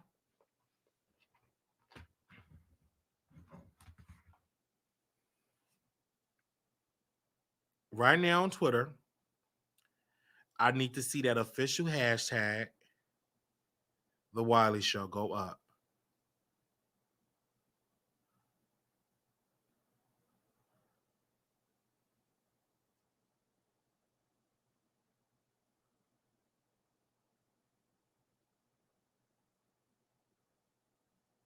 Give me a second.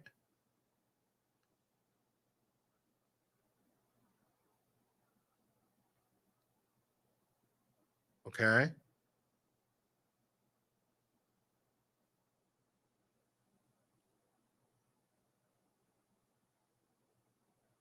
I need to see it. We are live.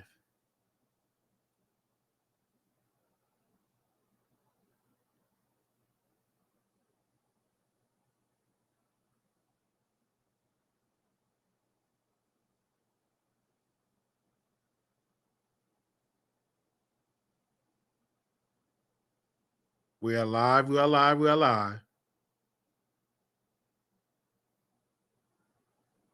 Thank you so very much.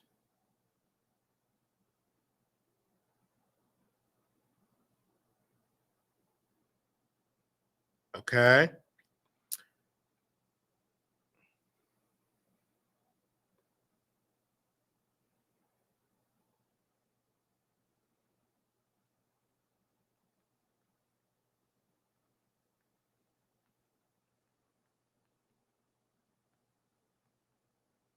Give me a second. Are y'all doing it?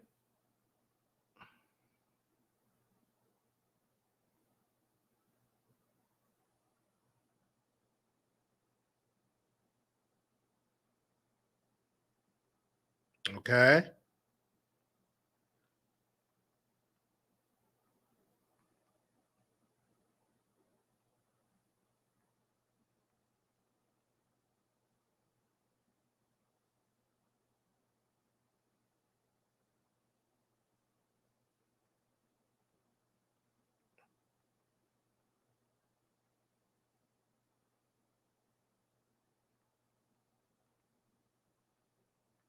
Okay. All right. I just want to put that out there. Oh, I'm just doing something real quick. Hold up. I didn't even know these people were saying this about me on here. Thank you, Tasha.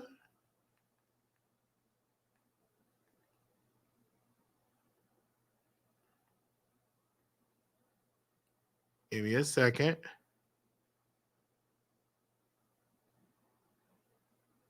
Okay.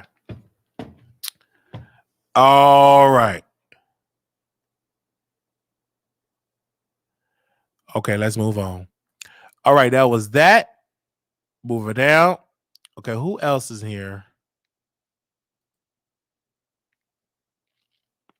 Let me see you walk. All right, shout out to Saucy Santana. So he is being dragged by the barbs. By the barbs are dragging this man. Literally, he came out in defense of Lotto and saying that's his sister. Y'all need to stop. You know what I'm saying? That's his sister or whatever. And he was getting dragged by the barbs, telling him to mind his business. He F this and all that. And the barbs were dragging him, saying stay out of women's business. And I understand why he is defending Lotto. I get it because Lotto co-signed him as a major artist and showed him love. And so, and he did a record with her. So he's will always have loyalty, the people that are showing him love and support. And I love the fact that Lotto connected with a person like Saucy Santana. And the issue that I have with the Barbs, they send all this roo-rod, and Nicki ain't selling like that. She ain't selling millions of records anymore. So they're talking like she's massively selling diamond records, and she's not. So I feel as though they feel like nobody can criticize, nobody can uplift another artist. They don't like it at all. He said that he is a fan of Nicki. He have nothing against Nicki, but he also was singing Lotto's praises. So they don't understand it. I'm like, and most of these barbs are like, weird. You know what I mean? Just very weird. They rah-rah, homegirl released a check, a record, it ain't going diamond. You know what I mean? It ain't going platinum like that. So it may go number one, but it ain't going platinum. So they on her D like every time. So I just don't understand it at all. I don't get that at all when I look at that. They said Lotto. Oh, shout out to sport and stuff. Yeah. So I love that, and they're really that type of way. So I'm a fan of Saucy Santana, of his work. I think that he does iconic work. I feel like he's underrated due to the fact that he is a feminine, black, big man, plus size, obese man. He don't get the love because again, people don't want to receive him. I feel like if Saucy Santana was a woman, I think he would get more buzz. I think that his bars, if a female were to rap those same lyrics, it would be more iconic.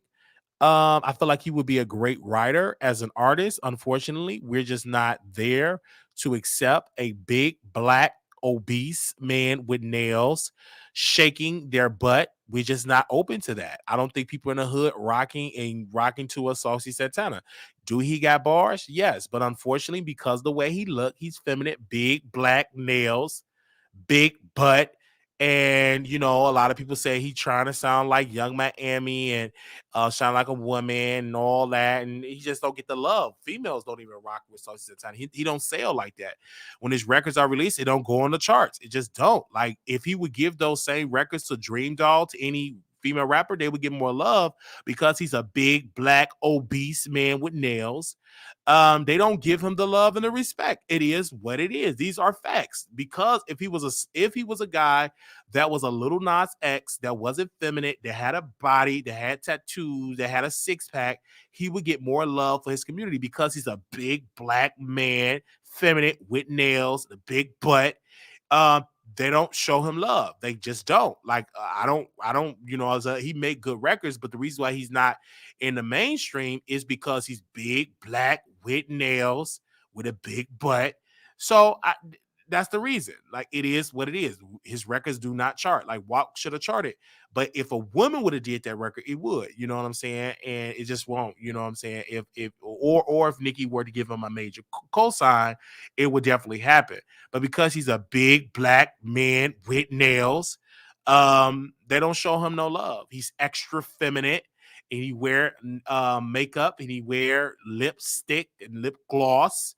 He wear purses, and he just don't get the love like that. He don't even get booked to headline prides, at all. He don't headline prides like that. So I'm just giving facts at all. I just give facts. Just okay. Many people say, "Well, that's not a fact." That's okay. I'm just giving my opinion. And I believe that. I believe I think that Saucy Santana needs to lay off the lid nails and makeup and work on that body, get a six pack, become a thirst trap. But I think he's trying to be a female, and he's trying to, and it's just not going to work in the general public. It's hard to market that. When we see you trying to be a woman, you trying to sound like a woman, and then women, it's a backlash because they say you're not a woman, you trying to be a woman. He's trying to get the language with black women, and women that's a turn off for black, because if black women see you trying to pretend to be like them and you're not them, they're not gonna receive you, they ain't gonna buy your records like that. That's the problem.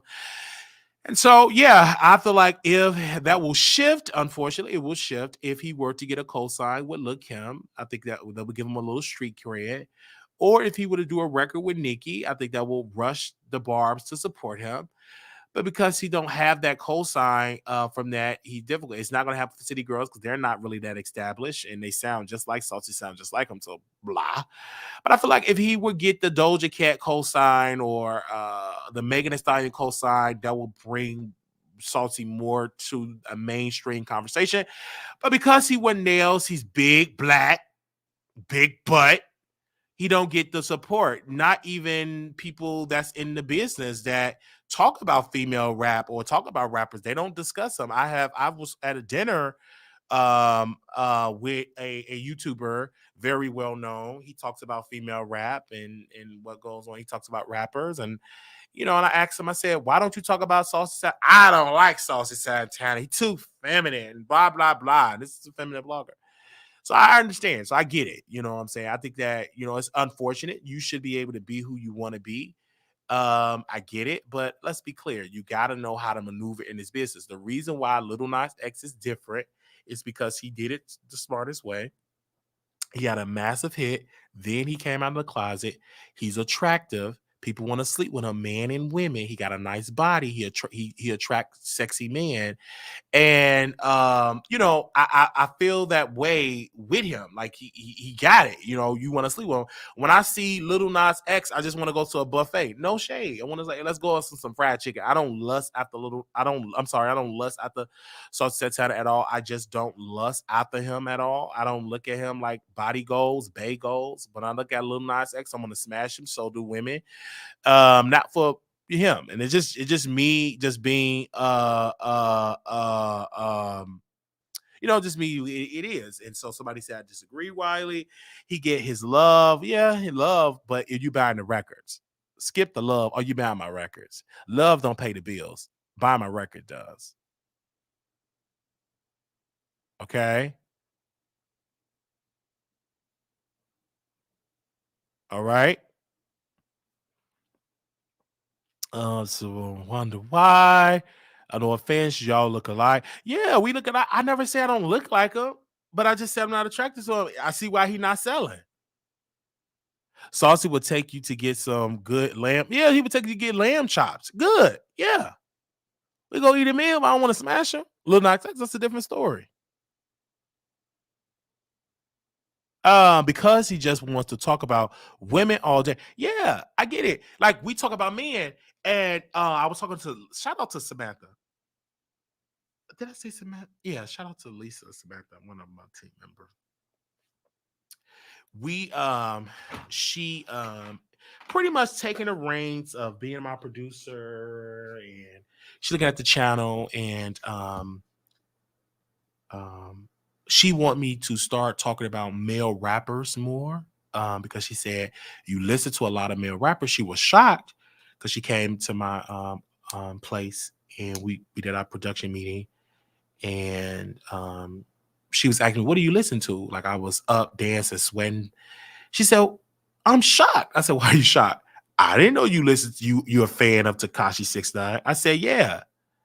I'm a fan. I love Tekashi 69. She said, I didn't know that. I said, how many episodes do you talk about Tekashi? I said, I don't really talk about him like that. She said, do your fans know that you really a true fan of Tekashi? I said, no, they don't really know. I don't really talk about. She said, you need to cater into that because that's an underserved market where it's not too many male African Americans, men talking about rappers like that. That's in the community. I said, oh, okay. So she said, you need to start talking about new projects, new albums that men does and dissect their bars and everything like that, because she was telling me, I was playing a song that Tekashi just released on the internet. He went to South Africa. I mean, I'm sorry, he went to Africa, and he went to Africa to perform, to do a video, and the name of the video is called WAPAE. And so the video is off the chain. And let me be clear, like when I saw the video, I was I told my team, I said, that brother, I don't care what they say about that brother, the brother is gifted. And it got 4.2 million. It is trending right like number 4, no major backing. He's not on no major label. He went and streamed this video on his camera. And the video, the iconic, the visuals just on point. Like he went to Africa, baby. Them African men, them African, them African men. I got the camera all zoomed up on me. So anyway, I mean they like they were dancing, and I want everybody in this chat. If you have not seen this video, I'm about to drop it in the chat, and I want y'all to go in the chat because I want y'all to see this, because the when he had the Spanish rappers, he had the African. It was so iconic. I dropped it. I dropped it in there. Click that link right now. The video was off the chain.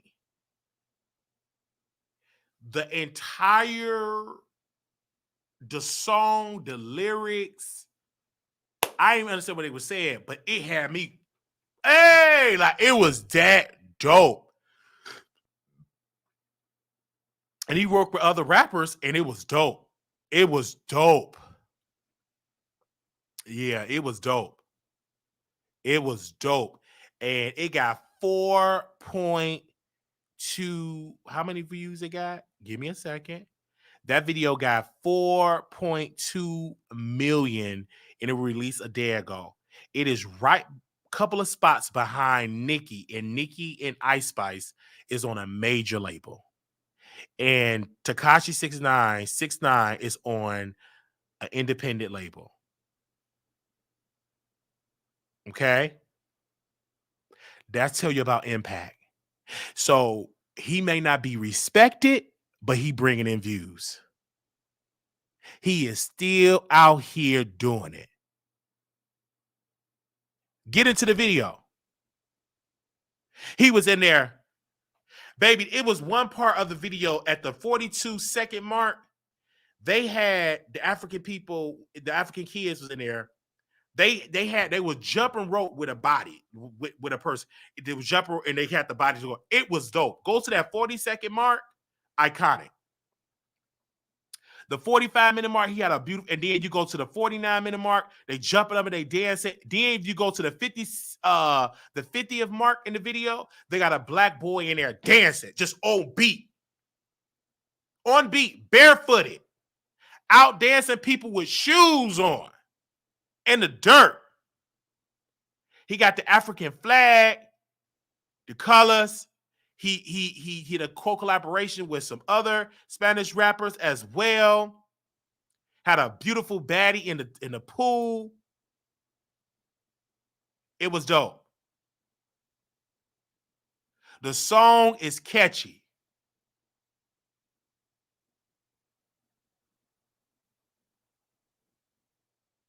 It was dope.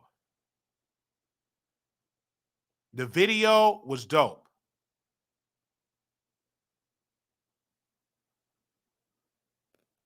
Give me a second.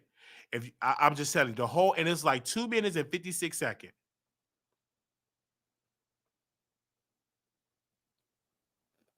I mean, it was dope. And it was one part of the video, the 142nd mark. I'm sorry, 146 mark. It was a boy that was definitely doing that.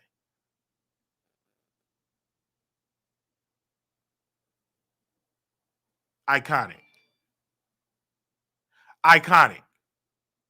They outside, iconic. And then as you go to the 2-minute mark, you see a black guy just all in the cameras doing that on beat. Then they was doing choreography at the 2-minute 10 mark. They were just doing. I mean, baby, it was like homage to like Michael Jackson. Baby, they was in there, like they was on it. Like them kids. Oh, I don't care what nobody say. He gonna come on the Wiley Show. That was dope. Then you go to the 2-minute 15, the 2 minute and 15 seconds. The dude did the moonwalk. Go back to the 20 seconds. They did the dance on beat. Then you go to the 2-minute, the 28, 27 mark on beat.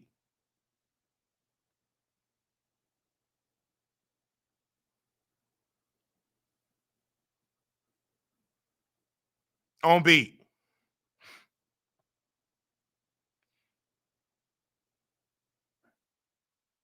Dancing. So we're gonna play that on stations. That's what it is. All right. So that's why we talked about it, because it drives conversation. All right. We're gonna do a whole, we're gonna talk about that again with this picture up there. I wasn't planning on doing it today, but my producer will be proud.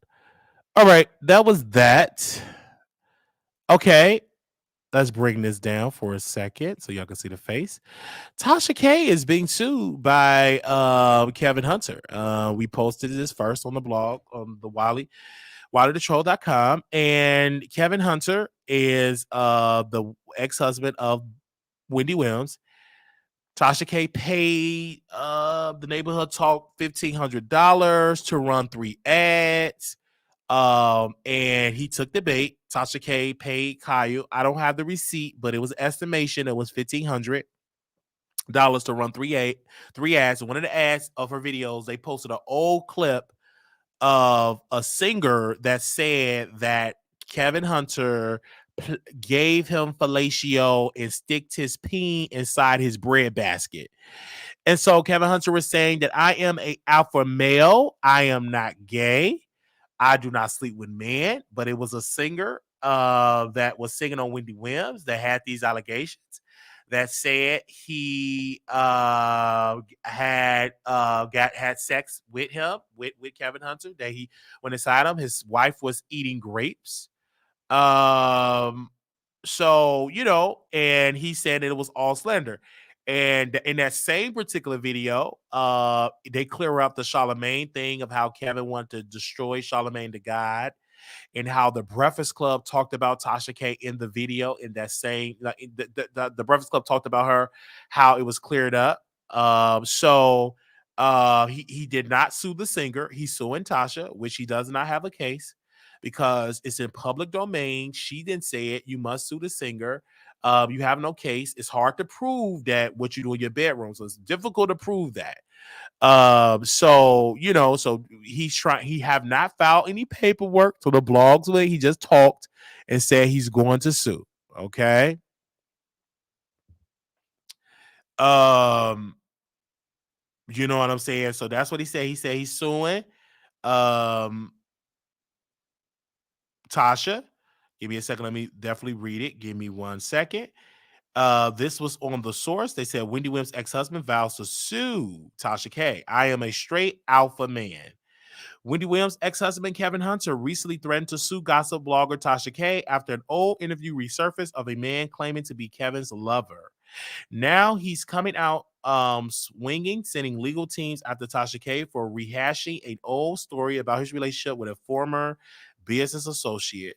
The Sun's reported Wendy Williams' ex-husband Kevin Hunter said he is planning to file a defamation lawsuit after the singer accused him of being abusive during an alleged affair. Wendy ex-husband 50 exclusively told the U.S. Sun that the allegations against him by the Foster, whose real name is Alvin Williams, are not only untrue, but they're also old. Claims by Falstar of being in a sexually abusive relationship with Kevin appear to have been repackaged and recirculated Friday by the blogger Tasha K, who interviewed the singer on Unwind with Tasha K YouTube channel in 2019. I am preparing for a defamation lawsuit. Anybody that knows me, this is not okay. Let me read that over. I'm preparing for a defamation lawsuit. Anybody that knows me, this is no disrespect to the LGBTQ community. They know where I'm at with it. Kevin went on to say, I am a straight alpha man.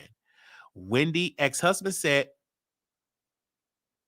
that when he interviewed that the interview with Foster initially ran, he didn't personally acknowledge it, and that it came as he was in the middle of a divorce for Wendy. Everyone was trying to discredit my character at the time, and Foster has since said he's sorry. Kevin took aim at the blogger, specifically say, I am preparing my legal team because 3 years later, she wants to unearth something that is inaccurate because why? It's a slow Friday. Wendy X claimed that he was helping to develop Foster as a singer, that the business relationship eventually soared. I mean, sorry, eventually soured. I'm sorry. Kevin alleged that as news broke that his mistress, Sharina Hudson, was having his love child, Wendy was in the process of divorcing him. He believed Foster saw an opportunity and came up with this concocted mammy story. Watch the explosive video below, and they post the video of Tasha K video. And give me a second. Let me see how many views that video got. 1 second. So they posted up. That video got 1.1 million views. And and then 9 days ago, 7 minute second, the 7 minute to 20-second mark. If you hear from IG, another comment said this quote, "To me, that's just an open marriage on both sides, point blank, period. Child, please, no woman, black, white, Hispanic, Chinese, orange, pink, yellow, will allow their husband, whom they love, took vows to death do you part, will allow them to sleep around with a dude. Open marriages will. Sanctuary of marriage, vows, no, it won't be me. Do with a do with a dude, bye. You play with a female too, bye. I believe in monogamy." Another person comment this quote, "Honesty is an essential factor to any relationship. You truly love someone, you are transparent." Another person said this, "Not me Googling his condition, but how is that is a turn on and how far back chef is it?" Laughing emojis, because now I'm curious. Another person said, "She needs to stop eating that damn grapes and processed information." Her man is So let me break this down. Tasha K, I've been under her mentorship for 4 years. Never was official. She helped me with anything, but she said she was my mentor. She said she was a mentor.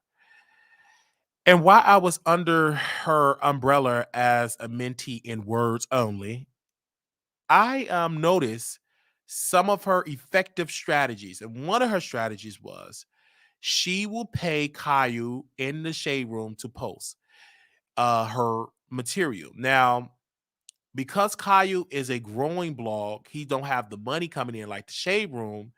They told Tasha no. She originally came out to Angie to post the video, the interview. They declined her money. Angie said no because she was feared that she would get a lawsuit. So she told her no. So she went over to Caillou, and Caillou needs the money. No shade. Why not? He's a businessman. So she paid him at a bare minimum $1,500 to $2,000. Paid him a couple of thousand you know, to repackage the tea. Now, people are saying, why would he post something? Oh, it doesn't matter. If I'm paying you to advertise on my channel for my blog, I don't care if it's 30 years old. You paid me. So she paid it, and multiple of her videos was on Kyle's blog that particular day because she paid for the advertisement to create controversy and bring more traffic to her YouTube. So she trying to bait Kevin in the news because she know if I'm in a lawsuit, this bring attention, this bring media, this bring eyes and eyeballs and ears, and that's what happened. Tasha did right, very smart of her to give Caillou that. He have a blog, it went viral. The lady was tearing them grapes up. Kelvin Hunter responded, and when he responded, media gonna always, they ain't like these bloggers that don't want to put respect on Wiley name. They're gonna always credit where the information came from and post the interview. That is their sole job.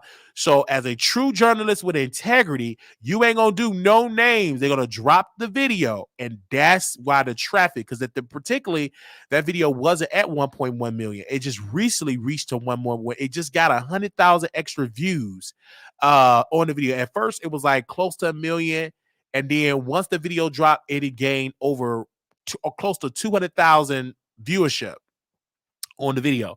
So it just instantly just went viral again. So she did that. It's very smart. Every YouTuber can do it, but some of us don't want to pay the money. Just like other folks be begging, you got to pay. Just like I had a conversation with Kyle. In order for him to post like my YouTube clips, is about almost close to $1,000 to him to post it. So he can make posts like, "Oh, Wiley said this," like trying to trash me, but still giving me clout and bringing my followers up. But in order to get that, it's like over 1,000 some odd plus. So if you see us on the neighborhood talk, I paid for it. You know what I mean? I'll let you know if it's organic. They just post me. Most of the time, when you see me being posted on these blogs, it's because I paid for them to post me.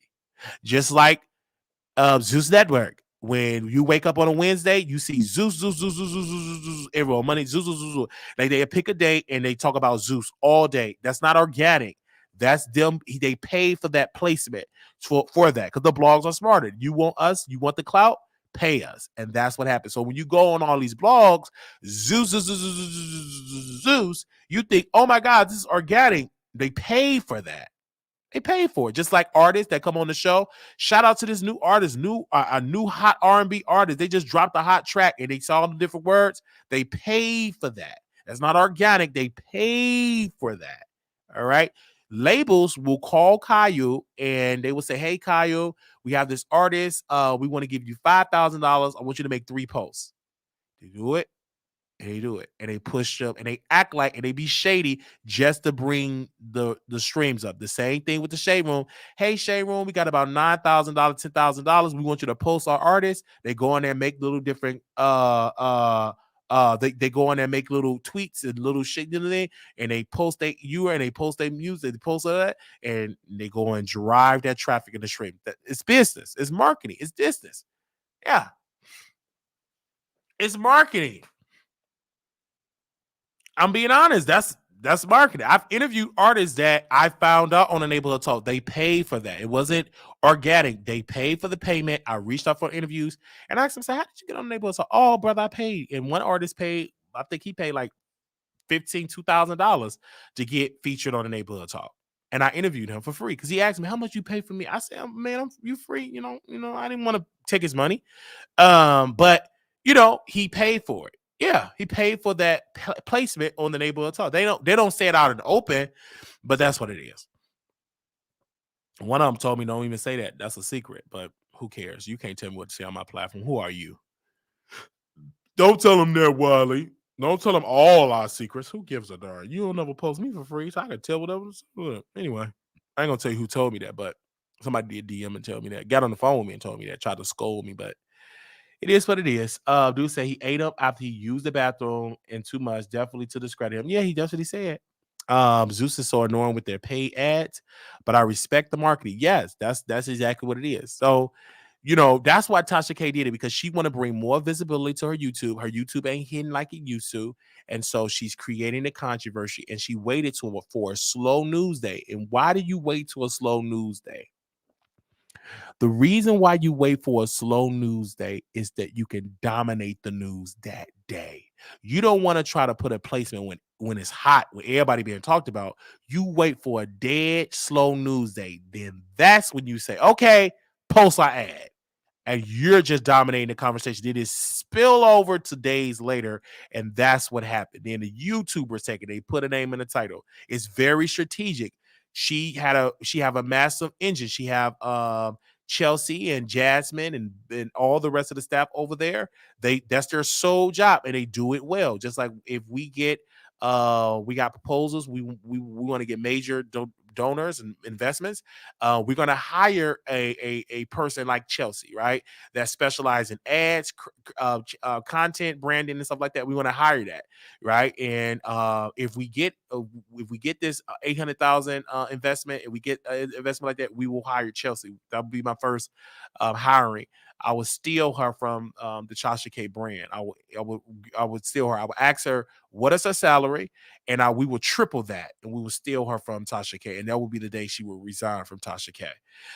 We want people like her working, that live and breathe, that is educated in the social media realm, and we will steal her from Tasha K. We got another person that work over there, Hollywood Unlocked. We will steal that person from over there, Hollywood Unlocked, to work over the Wiley Show. We will triple their salary.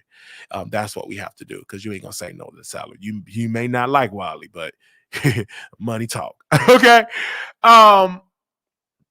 So yeah. Because she liked my comment when I said that. Anyway, that's my business. She liked my story. Anyway. They said strategic. Yes, Zeus. Yeah. So that's what happened. So that's what Tasha does. She went on slow news day. She paid a blog. She do it. That's business. That is business. And Tasha got money to do it. So when she's very she pretends to be this humble person, broke person. She ain't broke at all, because you ain't broke sending ads to post on the neighborhood. So you ain't broke. You play broke, but you're not broke. All right. So that's her whole strategic plan. And that's why she do that for the big blogs to talk about it, and they fall for it every time. You have to. She's in the news. So you're going to talk about it to get the clicks and views. My highest views are with Tasha K name in the title. Rain Fire. You never heard me talking about this topic. Of course we live. Okay. So my highest views is for my channel now. For as of right now, we look at the analytics. I'm at my highest views when I talk about T.S. Madison, Tasha K. Those are my highest views. It used to be Armand Wiggins. It's not anymore with Armand. And Larry, like, it's Larry Reed. Like Larry Reed, Tasha K. It used to be Armand. Armand used to dominate me. And I used to get a lot of views on him. He's old news now. But like current fresh people that give me views, Larry Reed number one. Under him is Tasha K. Those two people, and now T.S. Madison. Those three people. It used to be Armand, Tasha. Not anymore. Not for Armand. Armand lost. He lost his sauce because he's not as controversial anymore. So my content don't mean he's not controversial anymore like he used to. So what works now? Larry Reed, Tasha K. Right? Those hey, Larry Reed, Tasha K. There was somebody else in this. Larry Reed, Tasha K. Oh, I gotta look at the analytics. It was early. Larry Reed, Tasha K. Who else I said? Larry Reed, Tasha K. It was somebody else I said. I said Larry Reed, Tasha K. Somebody else I'm missing. Larry, Tasha. Oh, T.S. Madison. Okay, yeah. Larry Reed, Tasha K, T.S. Madison. Okay. Larry Reed, Tasha K, T.S. Madison. Those are my three go-to points if I want to increase an algorithm. Those are my three topics. As of right now, according to my analytics, Larry Reed, Tasha K, T.S. Madison. Those are my three major points that give me the highest views. Now, we don't just talk about them only, but to bring the people to watch the product, I got to talk about somebody that you're familiar with and you're interested in watching and hear my commentary. And then when I talk about these people, you're getting 12 or 14 topics before I even get to the main topic, to the main event. Tasha is the main event on this channel. T.S. Madison main event on this channel. Larry Reed is the main event on this channel. And then before I talk about I'm talking about politics, this going on in Chicago, this going on with President Biden, this going on. I'll give you all those filler stories. But the main course is the T.S. Madison exclusives, the Tasha K exclusives, the Larry Reed exclusives. Okay? So that is what the exclusives are. But before any of that, it is politics, current events, other celebrities. But the main household names I know that drives the traffic is T.S. Madison, Tasha K, Larry Reed. Larry Reed was so hot that we had got our highest YouTube check based off of Larry Reed, the highest money. So that's why we got some more commentary about Larry Reed. So those are my three viewpoints. You know, it used to be Armand.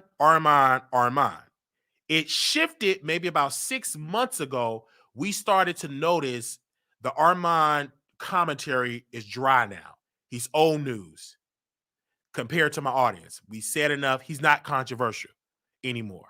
He not enough. So we stopped talking about him as much, and we went to Tasha. We went to Larry Reed. We went to T.S. Madison and also Jaguar Wright. We could add her to the mix. Those are like the newer people, if you notice, that I focus on and talk about. Because the Jaguar Wright, new commentary, new jokes, To this day, we went out to the show. We went out to, went out to the gun range. I listened to my subscribers because they are the producers. They are the audience. And they're going to tell me what they like. Oh, boy, when you did that Jaguar right eulogy to her car, Kia, Kia, Kia,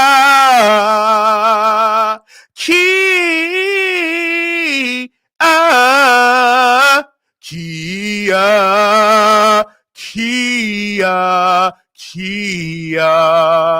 All right, it was iconic. So y'all remember that. And every time I go and I have these meet and greets, I'm not just meaning to party with you. I want to see what's out there actually working. And they tell me all the time. And one of the things they told me, one of the viewers told me, said, Wiley, I love that you are relatable. So what is that? So I'm not going to try to keep wearing Gucci, Prada, and all. I'm going to look nice, but I'm going to still be relatable. That's why I'm wearing my hoodie. I'm going to still be relatable. If I am making a lot of money, I'm not about to keep on wearing Gucci, Prada, labels and talk about Gucci. I want to be relatable to the average person. So I'm relatable. And because that's key and relatable and accessible.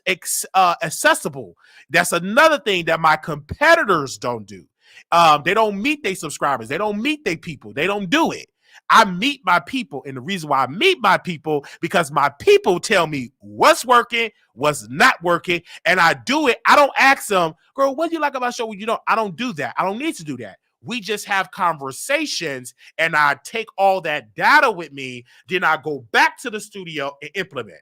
The same way we went to West Clucking and they were talking in there and they kept saying, I only watch this person because you talk about him.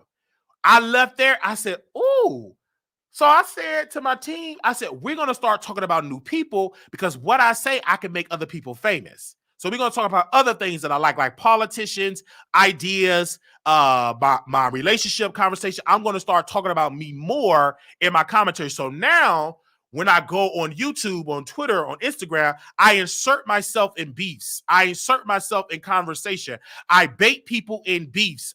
So now I could just promote Wiley. So now if you notice, ever since I had a meeting with my team, she said, you know, you need more HD photos, you know, so when we do your thumbnails, you got that glossy HD. So I called my photographer. They came to my house, came in my balcony. We did HD photos. I did it for a reason because I know for the branding, I need some clear, precise photos for my thumbnails because I knew I'm going to be putting myself in a thumbnail, talking about my name, Wiley address this, Wiley respect. It's going to be Wiley. It's going to be so much Wiley. You're going to be Wiley. You're going to be dreaming about me. You're going to be moaning and squirting to the Wiley Show. So it's like Wiley. It's going to be Wiley. And people are noticing it and they post in the chat and they're saying, quote, Wiley, you talk about yourself too much. Now it's going to shift. They're not saying all you talk about is Armand. They don't say that anymore. That's out the window. You got a new group that now they're saying, because we ain't talking about them no more like that. Now they're saying, Wiley, you talk about people too much. Wiley, you a liar. Wiley, you this. Wiley, you that. Wiley, you would never host. You would never host Sexual Life. Wiley, you're transphobic. Wiley, the key word is what I'm saying. You're saying Wiley. Wiley.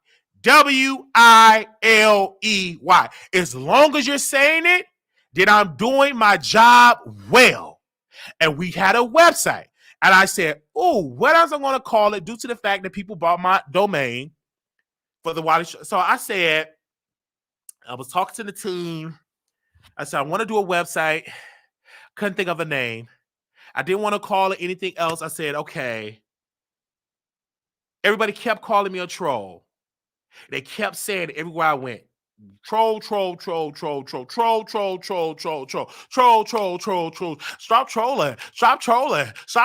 I kept hearing it. Troll. And I was just at home. I don't know where I was at in the car. I was somewhere out. And it dawned on me, WileyTheTroll.com. I didn't make no announcement. I went immediately to buy the domain first, registered, and I bought it. And I called the person. I said, I got the name. She said, what's the name? I said, WileyTheTroll.com. That is genius. I said, that's the name. WileyTheTroll.com. So that's the name. That name is going to stick. That is my brand. Wiley is the first thing you see. The Troll. Okay? So that is why we call it that. So on the website, we're trolling. We're still educating you, but we're talking about T.S. Madison. She facing criminal charge, may face criminal charges. This person doing this. And then we giving people their flowers. We gave Scotty by Nature his flowers. We dissing chasing reality. So all my thoughts I'm putting on paper. It may not work on YouTube because they don't really like it. But on their website, I'm going to tear that ass up. And I'm going to... Then we notice, oh, Wiley, you're not really good with grammar and blah, blah, blah. So we have person Ebony and D on the team that write way better than me. So what do I do in the morning?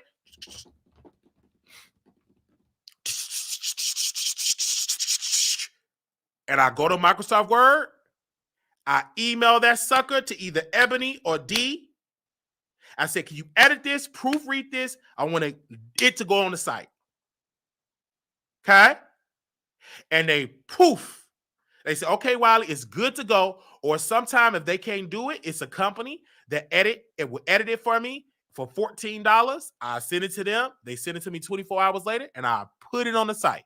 So that is exactly what I do. Okay? All right? Do you hear me?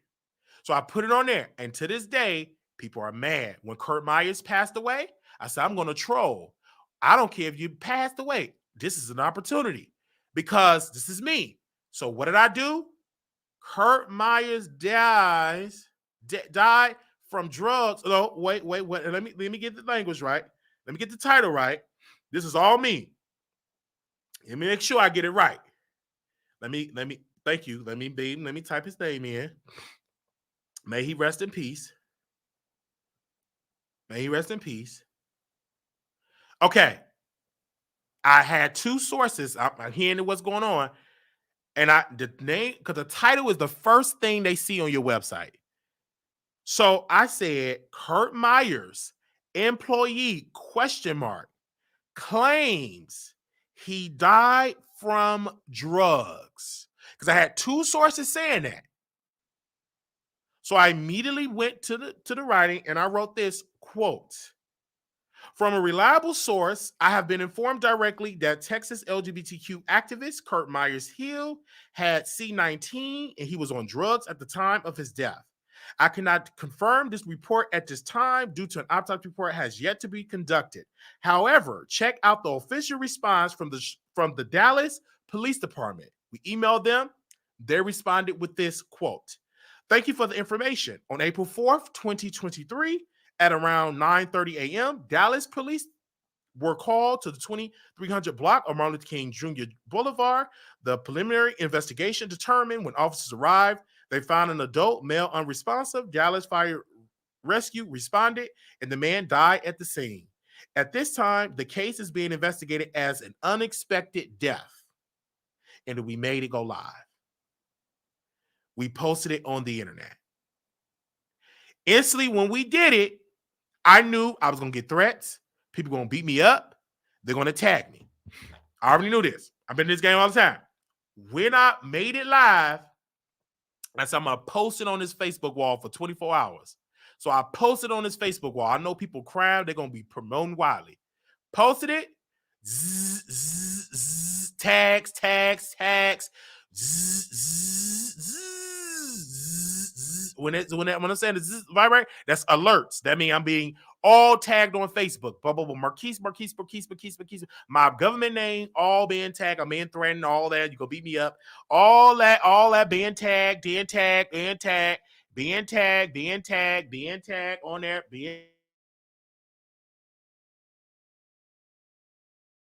So I'm being tagged all on social media, like all on Facebook, all on Instagram, tag to tag. Robert Ray threatening me, this one threatening me, and just tag to tag. But I'm getting all this clout because I know it's temporary selective outrage. So his sister, she was crying. She was in there crying. oh, well, you did to my brother, and this is coming from his sister, a grieving sister, and his team was reaching out. I said, but I'm not. And I told my team, I said, we ain't taking none down off his Facebook wall until 24 hours until we can suck up all this clout. So 24 hours have passed. The CEO, the current CEO of Abounding Prosperity, she told me to take it down off his page. I didn't respond to that message. Ahmad, one of Kurt's people work for his company, said take it down. He said take it down, Wiley. I will give you an exclusive statement when information come out. I still didn't listen to that.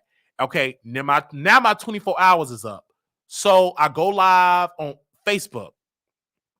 I say, yeah, this is going on. We got details, blah, blah, blah. I'm playing this soft spoken. I'm getting dragged in the comments. They cussing me out, telling me to look straight. I'm getting tagged all over the country. And I knew it. But my Facebook followers went up. We got about 300 Facebook friend requests. My followers went up like 600 new followers on Facebook. That particular post did in numbers about 80 to 90 views in it. That was the highest. I've never gotten 80 to 90 nothing on YouTube.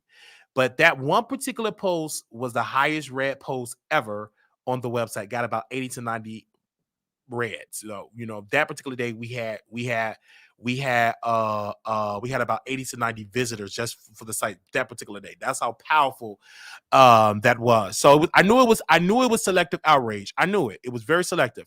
So now I got the clout. Everybody talking about Wiley, all in Dallas. Wiley. I got a message from what's club is that? Marty's. DJ Rule Boy said you're not invited to Marty's. I said okay, that's fine. I don't like to go to that club anyway. It's a hole in the wall. Don't nobody go there like that. So they wrote that and got multiple messages. It was and I post all interactions. Then people would say, this is the first time ever I'm seeing your Facebook get all this love. You getting clout off a dead man. Don't you have no shame? And I didn't respond to the post. I'm like, I don't. Don't you have this the first time I never heard Wiley trying to be like, and then they was responding. Wiley trying to be like Larry Reed. He trying to be like Larry Reed. That's what he trying to be like Larry Reed. It's a blogger would never happen. His website is trash. He trying to be a web. So we took all that criticism. God bless us with a person that gave our site an upgrade. So they worked on the site, gave us an upgrade. We listed all this stuff. Then we take the post down off his Facebook wall. All right. The post is still up. We posted on Instagram, still up on the website. So we read back to the Dallas Police Department because we got the connection. We media. So they said it's up to the family to release an autopsy. So we got an article that's going to drop tomorrow saying why didn't the family do an autopsy on Kurt Myers? We're going to do that as well. Why didn't the family do an autopsy? The public needs to know what happened. I think the public needs to know. We're going to give our details about why the public needs to know. You got to be careful. That stuff can be messy. Clout can be dangerous. Who cares? We don't care anything about that. We doing our job. We do it well. So then the DM, it was selective outrage. Then a couple of days, people start sending me pictures of the funeral. People that want to beat me up now. Oh, we want you to post this while you see I'm at the funeral. This haven't been posted yet. Can you post this on your website? We're going to do it later today. We got pictures of people in the funeral. They send me these pictures to post. That's I knew it was temporarily outrage. You know what I'm saying? We got other articles that we're going to drop. Why wasn't a gay singer singing at a man funeral that was in the gay community? Leandria Johnson is not a gay singer, so she's a gospel singer. She's not gay. So it was a failure to the community to not have a gay singer perform at his homegoing service. So we're going to talk about that on the site. So these are the ideas that we're going to talk about. You know what I'm saying? And it's great. You know what I'm saying? I get it. It's really, really great. So a lot of y'all don't even know who Kurt Myers is. But you read the site and you understand what we're saying. So that's exactly what we did. And so, yeah, absolutely. Okay. Good morning, good morning, good morning, good morning, good morning, good morning, good morning. So yeah, that's what we did on the site, and that's why we got the Jeremy response, the Madison. Everybody was upset, and now they moved on with their life, and they all in my DMs. One person that was upset with Wiley, and then he want to sleep with me now. So yeah, I knew it was temporarily. I knew it was temporarily because I was out, and some of the same people that's criticizing me was dancing and we was having a good time. Didn't want to fight me at all. So it was selective outrage. I knew it. It was very selective outrage. It was very selective outrage because we was outside, didn't one touch, minding our own business, wasn't looking for no trouble, but people that was criticized was there. So that's what happened. So that's what we did for the site. And so that's we posted that and it went viral. All right. And that's why we did the Chase in Dallas, the whole thing that went viral. And so you'll see more of Wiley inserted and stuff to bring more visibility to the brand. So of course, that's a shift, that's a change. We changed right before your very eyes, and we will continue to do it. And then we said, well, okay, we're gonna do more YouTube videos, and that's why we have so many topics that we cover. And that's why later on today we're gonna go back live on YouTube because we have some more topics to discuss because we are covering a lot. It's like really after we get done with this broadcast, I'm going to take a shower. I'm going to read my book and watch a couple of movies and sleep for a good minute and be back. All do it all over again. Okay. Hey, your next ex. Thank you. Oh wow, yeah. So that's what pretty much happened. Is do I feel sorry for the passing of Kurt? Yes, I do. Absolutely. He said he wants to sleep with you to get close to you to maybe harm you. No, if it is, I'm not doing it. Not at all. I don't sleep with people in the community anymore. I told you I'm thinking about resigning from the community. That ain't happening. You ain't getting close to me. Nobody's in my home. Absolutely not. If you're not on a list, if you don't talk to my team, you're not allowed on the premises, you will be eliminated. You show up.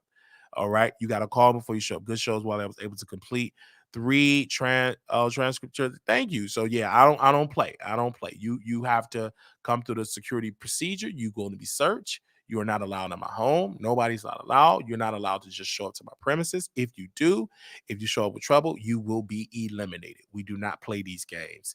I just went to the gun range and we are about to be a gun owner and joining the NRA. We will not play and don't please. I've been doing amazing target practice and I don't want to have to do real world things, but we are prepared for real world activities, which we don't play.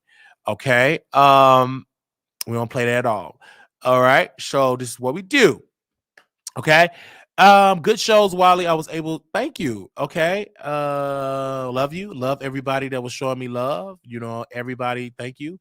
Wiley is 6:05. Take your shower. No, I took a shower last night. You will be eliminated. All right. We don't play. You know what I'm saying? I don't play no games. You know what I'm saying? I think everybody should have a right to defend themselves and everything like that. So, and you will be reported. Like that's what I say. Everybody do paperwork, have that paperwork in order. So if you have to eliminate the threat, you're good. Like the police, they can when they investigate, when they do the deceased thing, they can be like, oh, Wiley did. He put a restraining order. Wiley did go to the police station. This person showed up, attacked Brother Wiley. He had a right to defend himself. And the threat was eliminated. And that will go on. And I will make a statement saying that we thank Dallas Police Department for their fast response. And we thank also to the National Rifle Association joining this organization.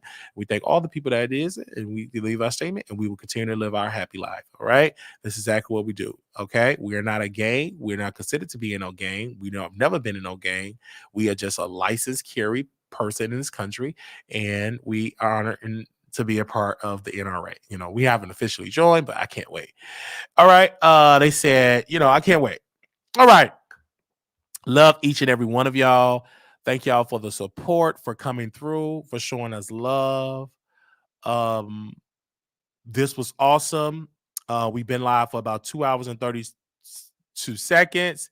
I did add on here to the lineup, and I want to talk about it, is Theo. I remember I talked about Theo earlier, and I remember when I had bipolar. Like me and Theo go way back. That's a good friend of mine.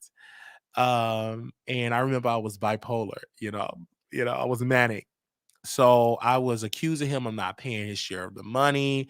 I was digging through his mail. Them voices like Theo is bad for you. And so I was digging through his mail. I was blasting him in text messages. I reached out to his friend Casey. I dragged her. I said, "You a terrible mother." I said, "You bring my child into this." I said, "You are a terrible mother. You need to check on Theo. He's weird. You a bad mother. You are trash." You said, "You bring my child into this." And so Theo was chopping up some food, and I'm all in Theo's face, cussing him out like a dog. And Theo's a sweet person. He chopping up some vegetables or something. I'm all up in his face. "You terrible. You ain't no all this type of stuff." And he wanted to like eliminate me. Like he wanted to get me off. I'm all in his face. So I'm all in his face, all in his mail. So I had already moved out of the apartment, but I still had a key. So he said, "I want you to turn your key in. You don't stay with us no more." So I said, "I ain't turning nothing there. My cousin, blah, blah, blah, blah, blah, beep, beep, beep." So he changed the locks. He had changed the locks, but I could still get into place because like Tank would have the door open. So I still was in the place cussing. So he called the cops and they wanted to remove me from the premises.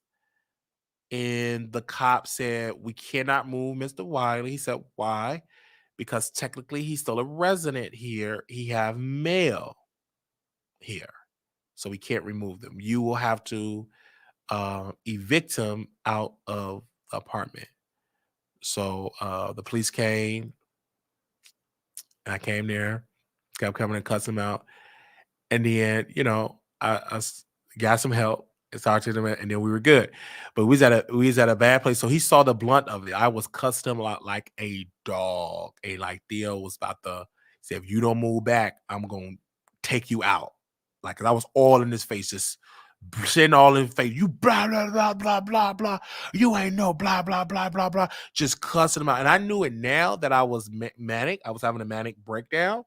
But I need some extreme help. And yeah, because at that time I was doing like 16-hour days at work. So I would get off work and I would come there and just cuss Theo out all day, just cuss him out.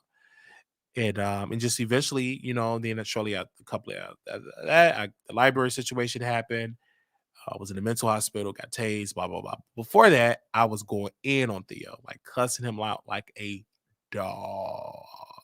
And then that was the time I was catfishing men, and he had brought a man over that was riding a bike.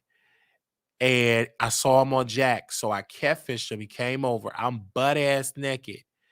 And he came over to the door. Now, mind you, in this apartment that I stayed in, there's a big window. Like you can see who come up the stairs, you can see who go down the stairs, and it's right in that corner. I had a bed in my bedroom, and I had a bed in this little corner of the apartment. And so I'm just opening the door. You see me butt ass naked. He comes in the room. He comes in the place. I don't take him to my bedroom, and we just have sex. And I was letting them in. They was in that apartment all day. It was like probably, if I had to estimate, probably about 20 to 30 dudes that day. It was so bad. I would just wash up, have another dude. I had the music, and I didn't know, because I've never been that actively into sex. I know it now that I was manic. I was getting sex, man, man, man, man, man, man, man. I didn't care if you fat, black, whatever. You was a man with a hole, I got you. And I was doing it. And at that time, I was way smaller. I was skinny. I think I was 160, 170. I was really skinny because when I went to the doctor, I lost a lot of weight. And I said, "Are you okay?" He said, "You need to eat. You're dehydrated." I was dehydrated. I was ER. He said I was dehydrated. They had to hook me up to fluids because I wasn't eating or drinking. But I was just sexually active. So yeah, so that's what happened. So I was manic, like extreme manic, just having sex. Me and Theo was, I was letting Theo have it. Like I wasn't well. And then that's when shortly after that, the library situation happened. It happened shortly after that incident. It happened. Yeah. Yeah. I knew something was wrong. I felt weird. I couldn't pinpoint it. And I was able to get the help that I needed. All right. Oh, wait. Let me check my phone for a quick second.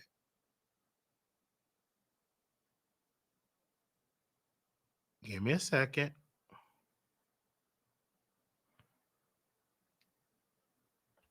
Give me a second. We live. Okay, somebody just cashed at me. Thank you. Somebody said for trolling you tonight. Oh, thank you, sis. This Cash App card was low. It's getting up there. Thank you.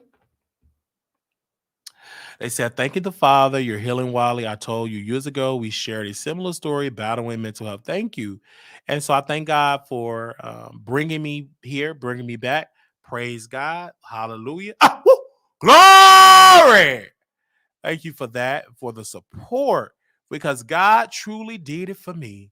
All right. He did it for me for doing such an awesome thing. And I was down in my body and I was not, like I said, I'm going to say it again. I was out there. I was, but God, woo, he did it for me.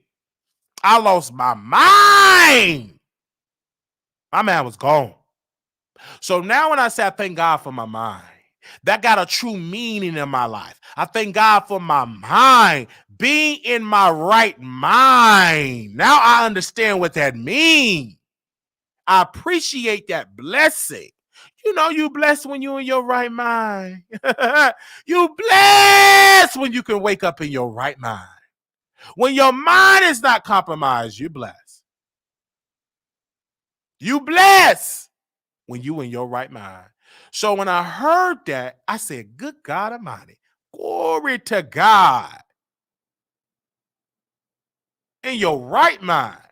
So I thank him for that, because I was going through it. And so that's truly a blessing. That truly God have truly blessed me. It was challenge. It was the work. I was on my medicine now. I love being on my medicine. I sleep good. I feel much better. I'm healthy. I've gained my gained my weight back. Got my appetite back. I'm eating a lot, because I remember a time when I wasn't eating. I remember a time when I thought that people were trying to poison me. When I thought that it was something in my food.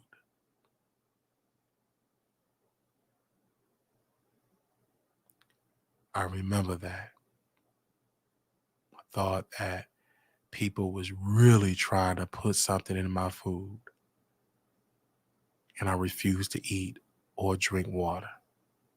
So I was extremely dehydrated, wasn't eating, and wasn't sleeping.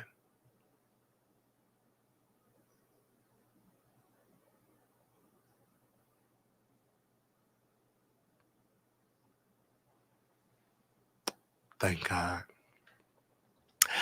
Oh, yes. Thank you. Thank you. Thank you to all the viewers on this beautiful morning. Bless those that are on their way to work. Bless those that are watching this broadcast. Let it be blessings that touch them in their hearts. Bless the parents that are taking their kids to school and those that go into daycare. Bless them for the safety. Bless the teachers as they teach. In Jesus' name I pray. Bless those entrepreneurs that are working in the company that God and expand their territory, bring more revenue, that they can hire more people. Or watch over those that don't have a job. Bless them to get a career, that they can get an income coming in. Bless the subscribers, expand our territory to bring more views and subscribers. Bless our website. Bless the writers, Ebony and D, that you write great stories that will go viral and bring in more views. In Jesus' name I pray. Lord, bless me mentally, spiritually, emotionally. Bless me. In Jesus' name. Bless those that want to date me, that everything go well, that it birthed into a marriage. In Jesus' name. That I be a great father to my children. Bless my grandmother, heal her in her body completely, that she can walk In the name of Jesus, bless my mother as she caregiver for her mother, my grandmother. You made the body. Bless her. Strengthen her heart. In Jesus' name. Bless my brothers and sisters. Bless those that are in prison. Help them that they learn from their mistakes and that they get educated so when they come back in the world that they can thrive as a citizen. In Jesus' name. Thank God. Amen. Bless them. In the name of Jesus. Bless my brother in that jail cell to be a good citizen when he come on out them doors. Lord, bless me that I become a billionaire. That people will sponsor this show. That we could be able to afford more workers, employees. In Jesus' name. Do it right now in the name of Jesus. Because you asked, you said that we asked for it, you would do it. So I'm asking you, Lord, early this morning. You made the time. So I'm asking you at 5:19 a.m. Do it for your glory. In Jesus' name. Thank you. God bless you. God bless the United States of America. Thank you so very much for y'all coming in on this wonderful, blessed Monday. Yeah, God is so good. He's so good. He's so wonderful, and he's blessing us all. So thank you for truly blessing us. We are still having the donations open. If you all want to donate to our show, we are a growing platform. Like I said, we want to go to Chicago to Brandon Johnson inauguration. We need your financial support. Amen. So we ask that you please match us and with your donations and show us love. God bless you. Thank you to those that did it. Like today, we raised $90 today. We have raised $90 today. Thank you so very much. All the people that did the GoFundMe money, we didn't already spent that to get the computers and stuff fixed. We got to take this computer to go get upgraded. We had got the laptop upgraded.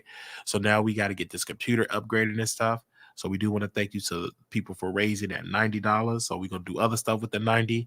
That money going to go towards to upgrade this computer because we got to get an upgrade. Computer guy came over. He said it got to get upgrade because it's moving so slow. I can't even use Google Chrome because it's moving so slow. So I had to use Firefox, something like that. And I can't even take the phone lines with Firefox. So we're going to take this computer to get upgraded. And so I got to go to Best Buy today and go get an external plug-in so we can plug in the cameras and stuff so we can still have that same quality on the laptop. So we're going to make a trip to Best Buy today or we're going to do that later on today. Either today or tomorrow somewhere, but that's on the docket. So I think that plug-in that I need probably like $10. I think that is. So if you want to contribute to our broadcast, you can. I would love that you can contribute to the broadcast. It goes right back into the platform. We also have shirts, mugs. If you want to contribute to the platform by buying a merchandise, you can get the merch. Thank you. Okay. It's so crazy to me. People will go to the doctor when they break a body part, but when they mentally broken, they ignore it. Who cares about the rest of your body when you're not mentally intact? That is so true. Like if I'm going through, I let my doctor know, hey, I had a low. Like I really was going through it. I need to see a therapist. You know what I'm saying? I let my doctor know. You know what I'm saying? I'm my best advocate. I let her know all the time. I go back next month. I let her know. Good morning. I'm early and late. Welcome. If only Jag could hear your testimony. Yeah. Jag is in jail right now. So we're going to talk about her later on today. We're going to talk about her later on today. We're going to talk about her later on today. All right. Y'all loving the direction of the show? Thank y'all so very much.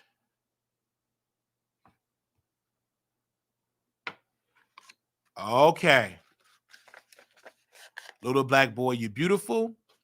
Little black girl, you're enough. When times get hard, always remember to put God first. All right. God bless you so very much, brothers and sisters. Thank you all so very much. Thank you for the support. We show you so love, and we will continue to show you love. God bless you, and thank you to those that have been showing us amazing love. Thank you so very much. NRA isn't built for black people. They have never supported black legal gun owners. So yeah. Well, I'm joining. Are you mad, Carla? But I'm still joining NRA. You still mad? But I'm joining. I'm still joining NRA. Thank y'all so very much. I will talk to y'all soon. Make sure y'all like, hit, subscribe. How many doing the likes? Moderators are there. Let's see how we doing in the likes. It is free to like the video. It is free to like the video. It is free to like the video. Let's see it again. It is free to like the video. Click that like button right now. It is free. Click it, click it, click it, click it, click it. Smash that like button. Thank you. Smash it, smash it, smash it. Okay. What we did. Let's see. Let's see if we can at least get 100. Come on, y'all. Let's give her 100. Okay. Let's give her 100 likes.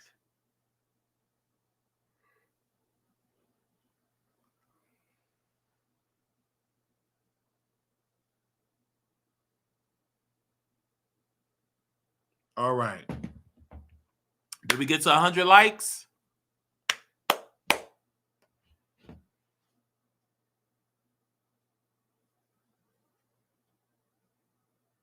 Did we get to 100 likes?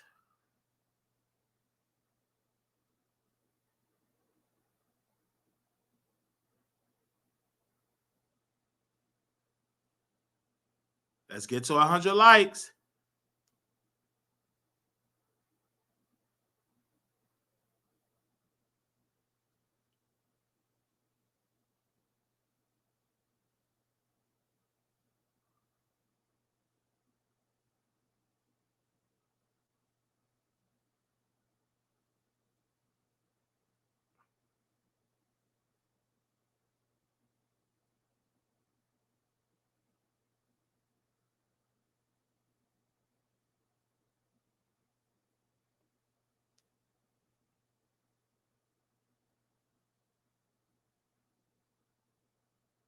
Let's get to 100 likes.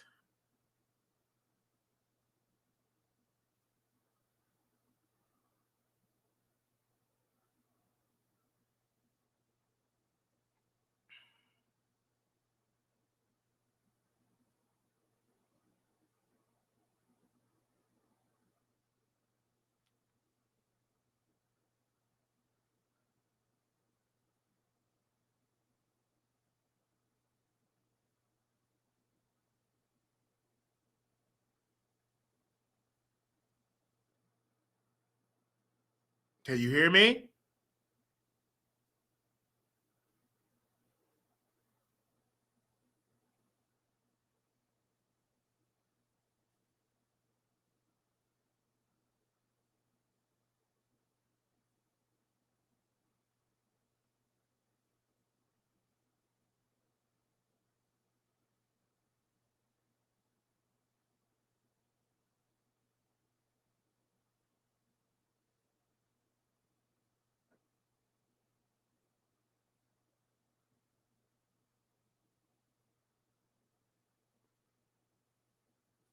I can't answer that question till we get to 100 likes.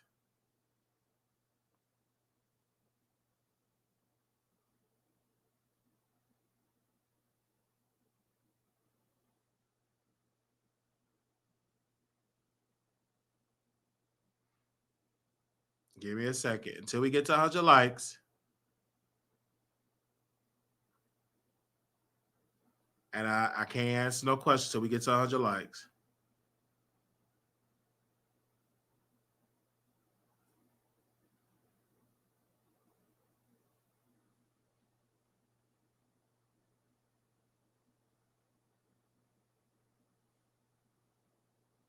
Till we get to 100 likes.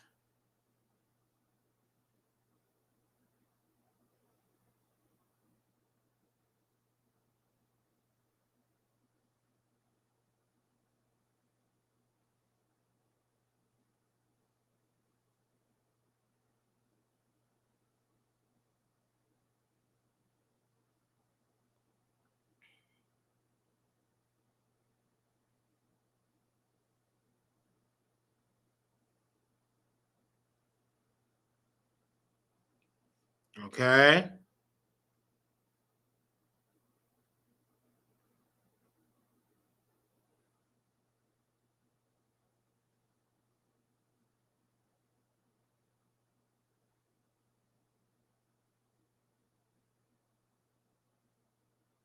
I just want to get to 100 likes.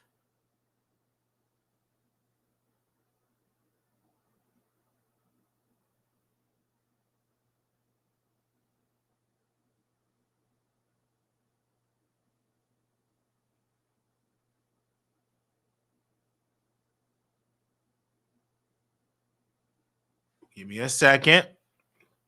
Okay. Let's see where we at. All right. Do we have 100 likes? Okay. Oh, okay. All right. So I'm gonna go scroll up because someone asked me a question. So give me a second. Someone asked a question. So give me a second. And I want to answer it. Bear with me, you guys, because I'm doing something really quickly. And when you're blogging, you gotta get stuff together. Uh,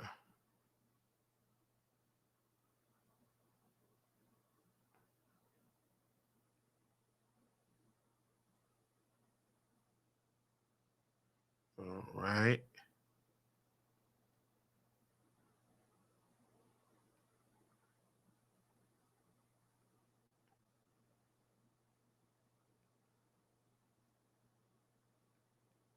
All right. Blogging, we gotta get it right. Give me a second. We are here. We live. We are live on the Wiley Show.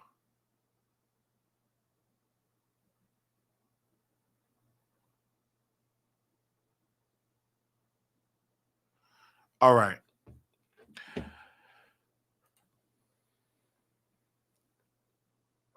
So you're going to leave the community. Does that mean you will no longer date or have sex with men who just leaving being labeled bisexual? Yes, I would definitely want to answer that question. Yes, I will completely stop once I officially leave the community. I will cease all bodily activities with men. We have not come to that conclusion yet. We are negotiating our stance in the community because I feel some things need to be changed to make the community better. We have not officially disassociated from the community at this time. We have not done so. Um, you know, we have not done it at this time. So as of right now, we officially still am in the community. But if we disassociate from the community, we will completely cease all operations with dealing with men in the bedroom. We were dealing with in the boardroom, but not in the bedroom. But we have not came to our conclusion with that at all. We will keep you all updated on there. We are still making decisions on our statement, and we will talk about that later on today, probably. But we have not made that decision. We, as my team, and I have not came to that done it. So we will make that conclusion, and yeah, we have not made that decision just of yet. But once we make it, we will post our public statement, and we will do it in a couple of days. We still thinking about it. We was gonna do it today, but I have not come to made up my mind as of yet, and we will make that decision in the upcoming days. So I started to replay. Wiley, your remake of Old Child. All right. Yes, thank you for that. Yes, we had 110 likes. Thank you. I passed 100 likes. Thank you. Someone have to super chat him and tell him that we had 110, like the conversation. We still have Wiley Wiley still loves Peen. I woke up Wiley. Hey Peaches. Good morning, Wiley. Good morning. And your next I say you'll never prosper. All right. That's a lie. We already prospering. Glory. So, we're making that decision. As of right now, we have not came up with the conclusion. We will make that announcement in the upcoming days. Okay. Any other questions?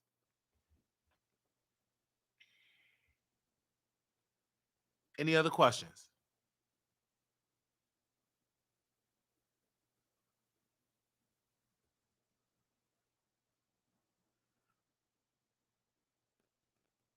Any other questions?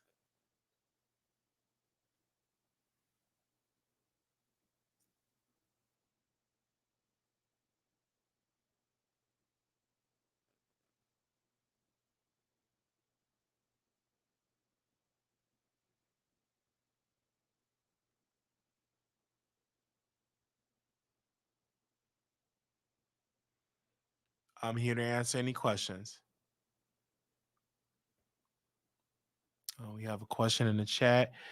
Cool. Are you still working that job? Yes. I'm still working. Absolutely. Faithfully. Work. Faithfully. I'm still faithful worker. Glory.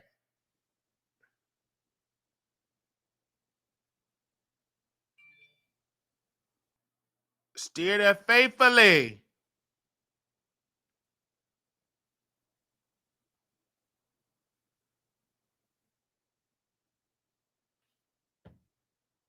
Any other questions?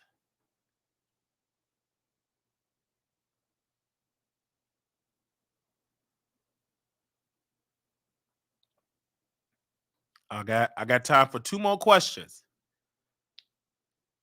Any other questions you want to ask me? The floor is open.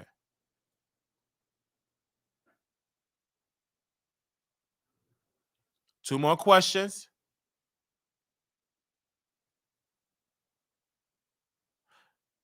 All right. I asked that you follow me on Instagram. How many of y'all follow me on Instagram? Are you following us? Press one if you follow me on Instagram.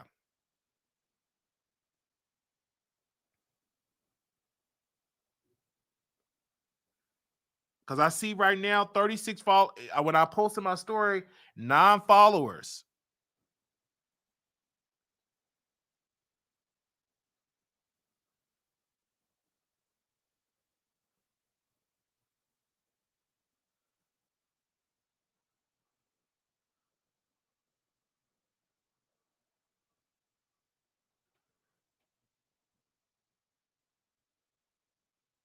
Non-followers. Press one if you follow.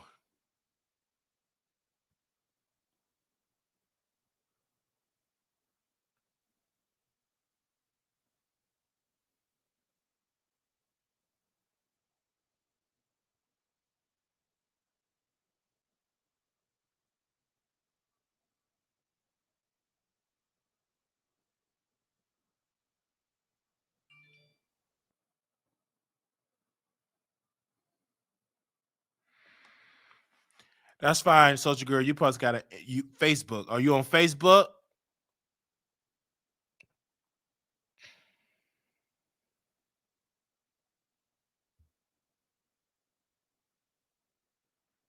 Are you on Facebook?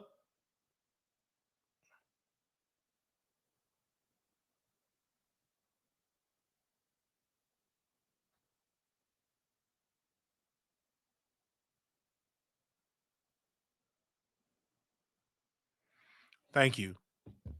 Oh, I didn't say you weren't going to prosper, Wiley. I literally sent a whole paragraph. Oh, okay, okay, okay. Okay.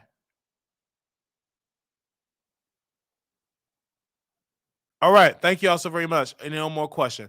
Thank you so very much. We will revisit this conversation another day. If you want any news, if you got any news on your favorite celebrities or anybody, I'm not even on favorites, they could be on Pookie or right on your block.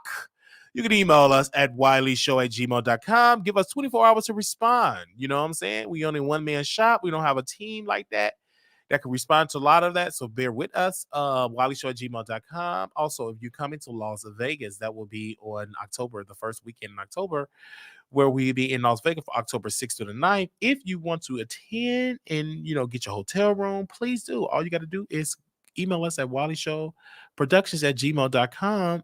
It is free to do to RSVP, but of course you got to pay for your hotel flight and have money to spend, blah, blah, blah, blah, blah.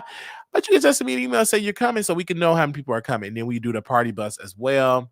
And that will be the party bus. That will be when we do the party bus. That's going to come later. Yes. Is I'm going to do a station after show? Yes. Okay.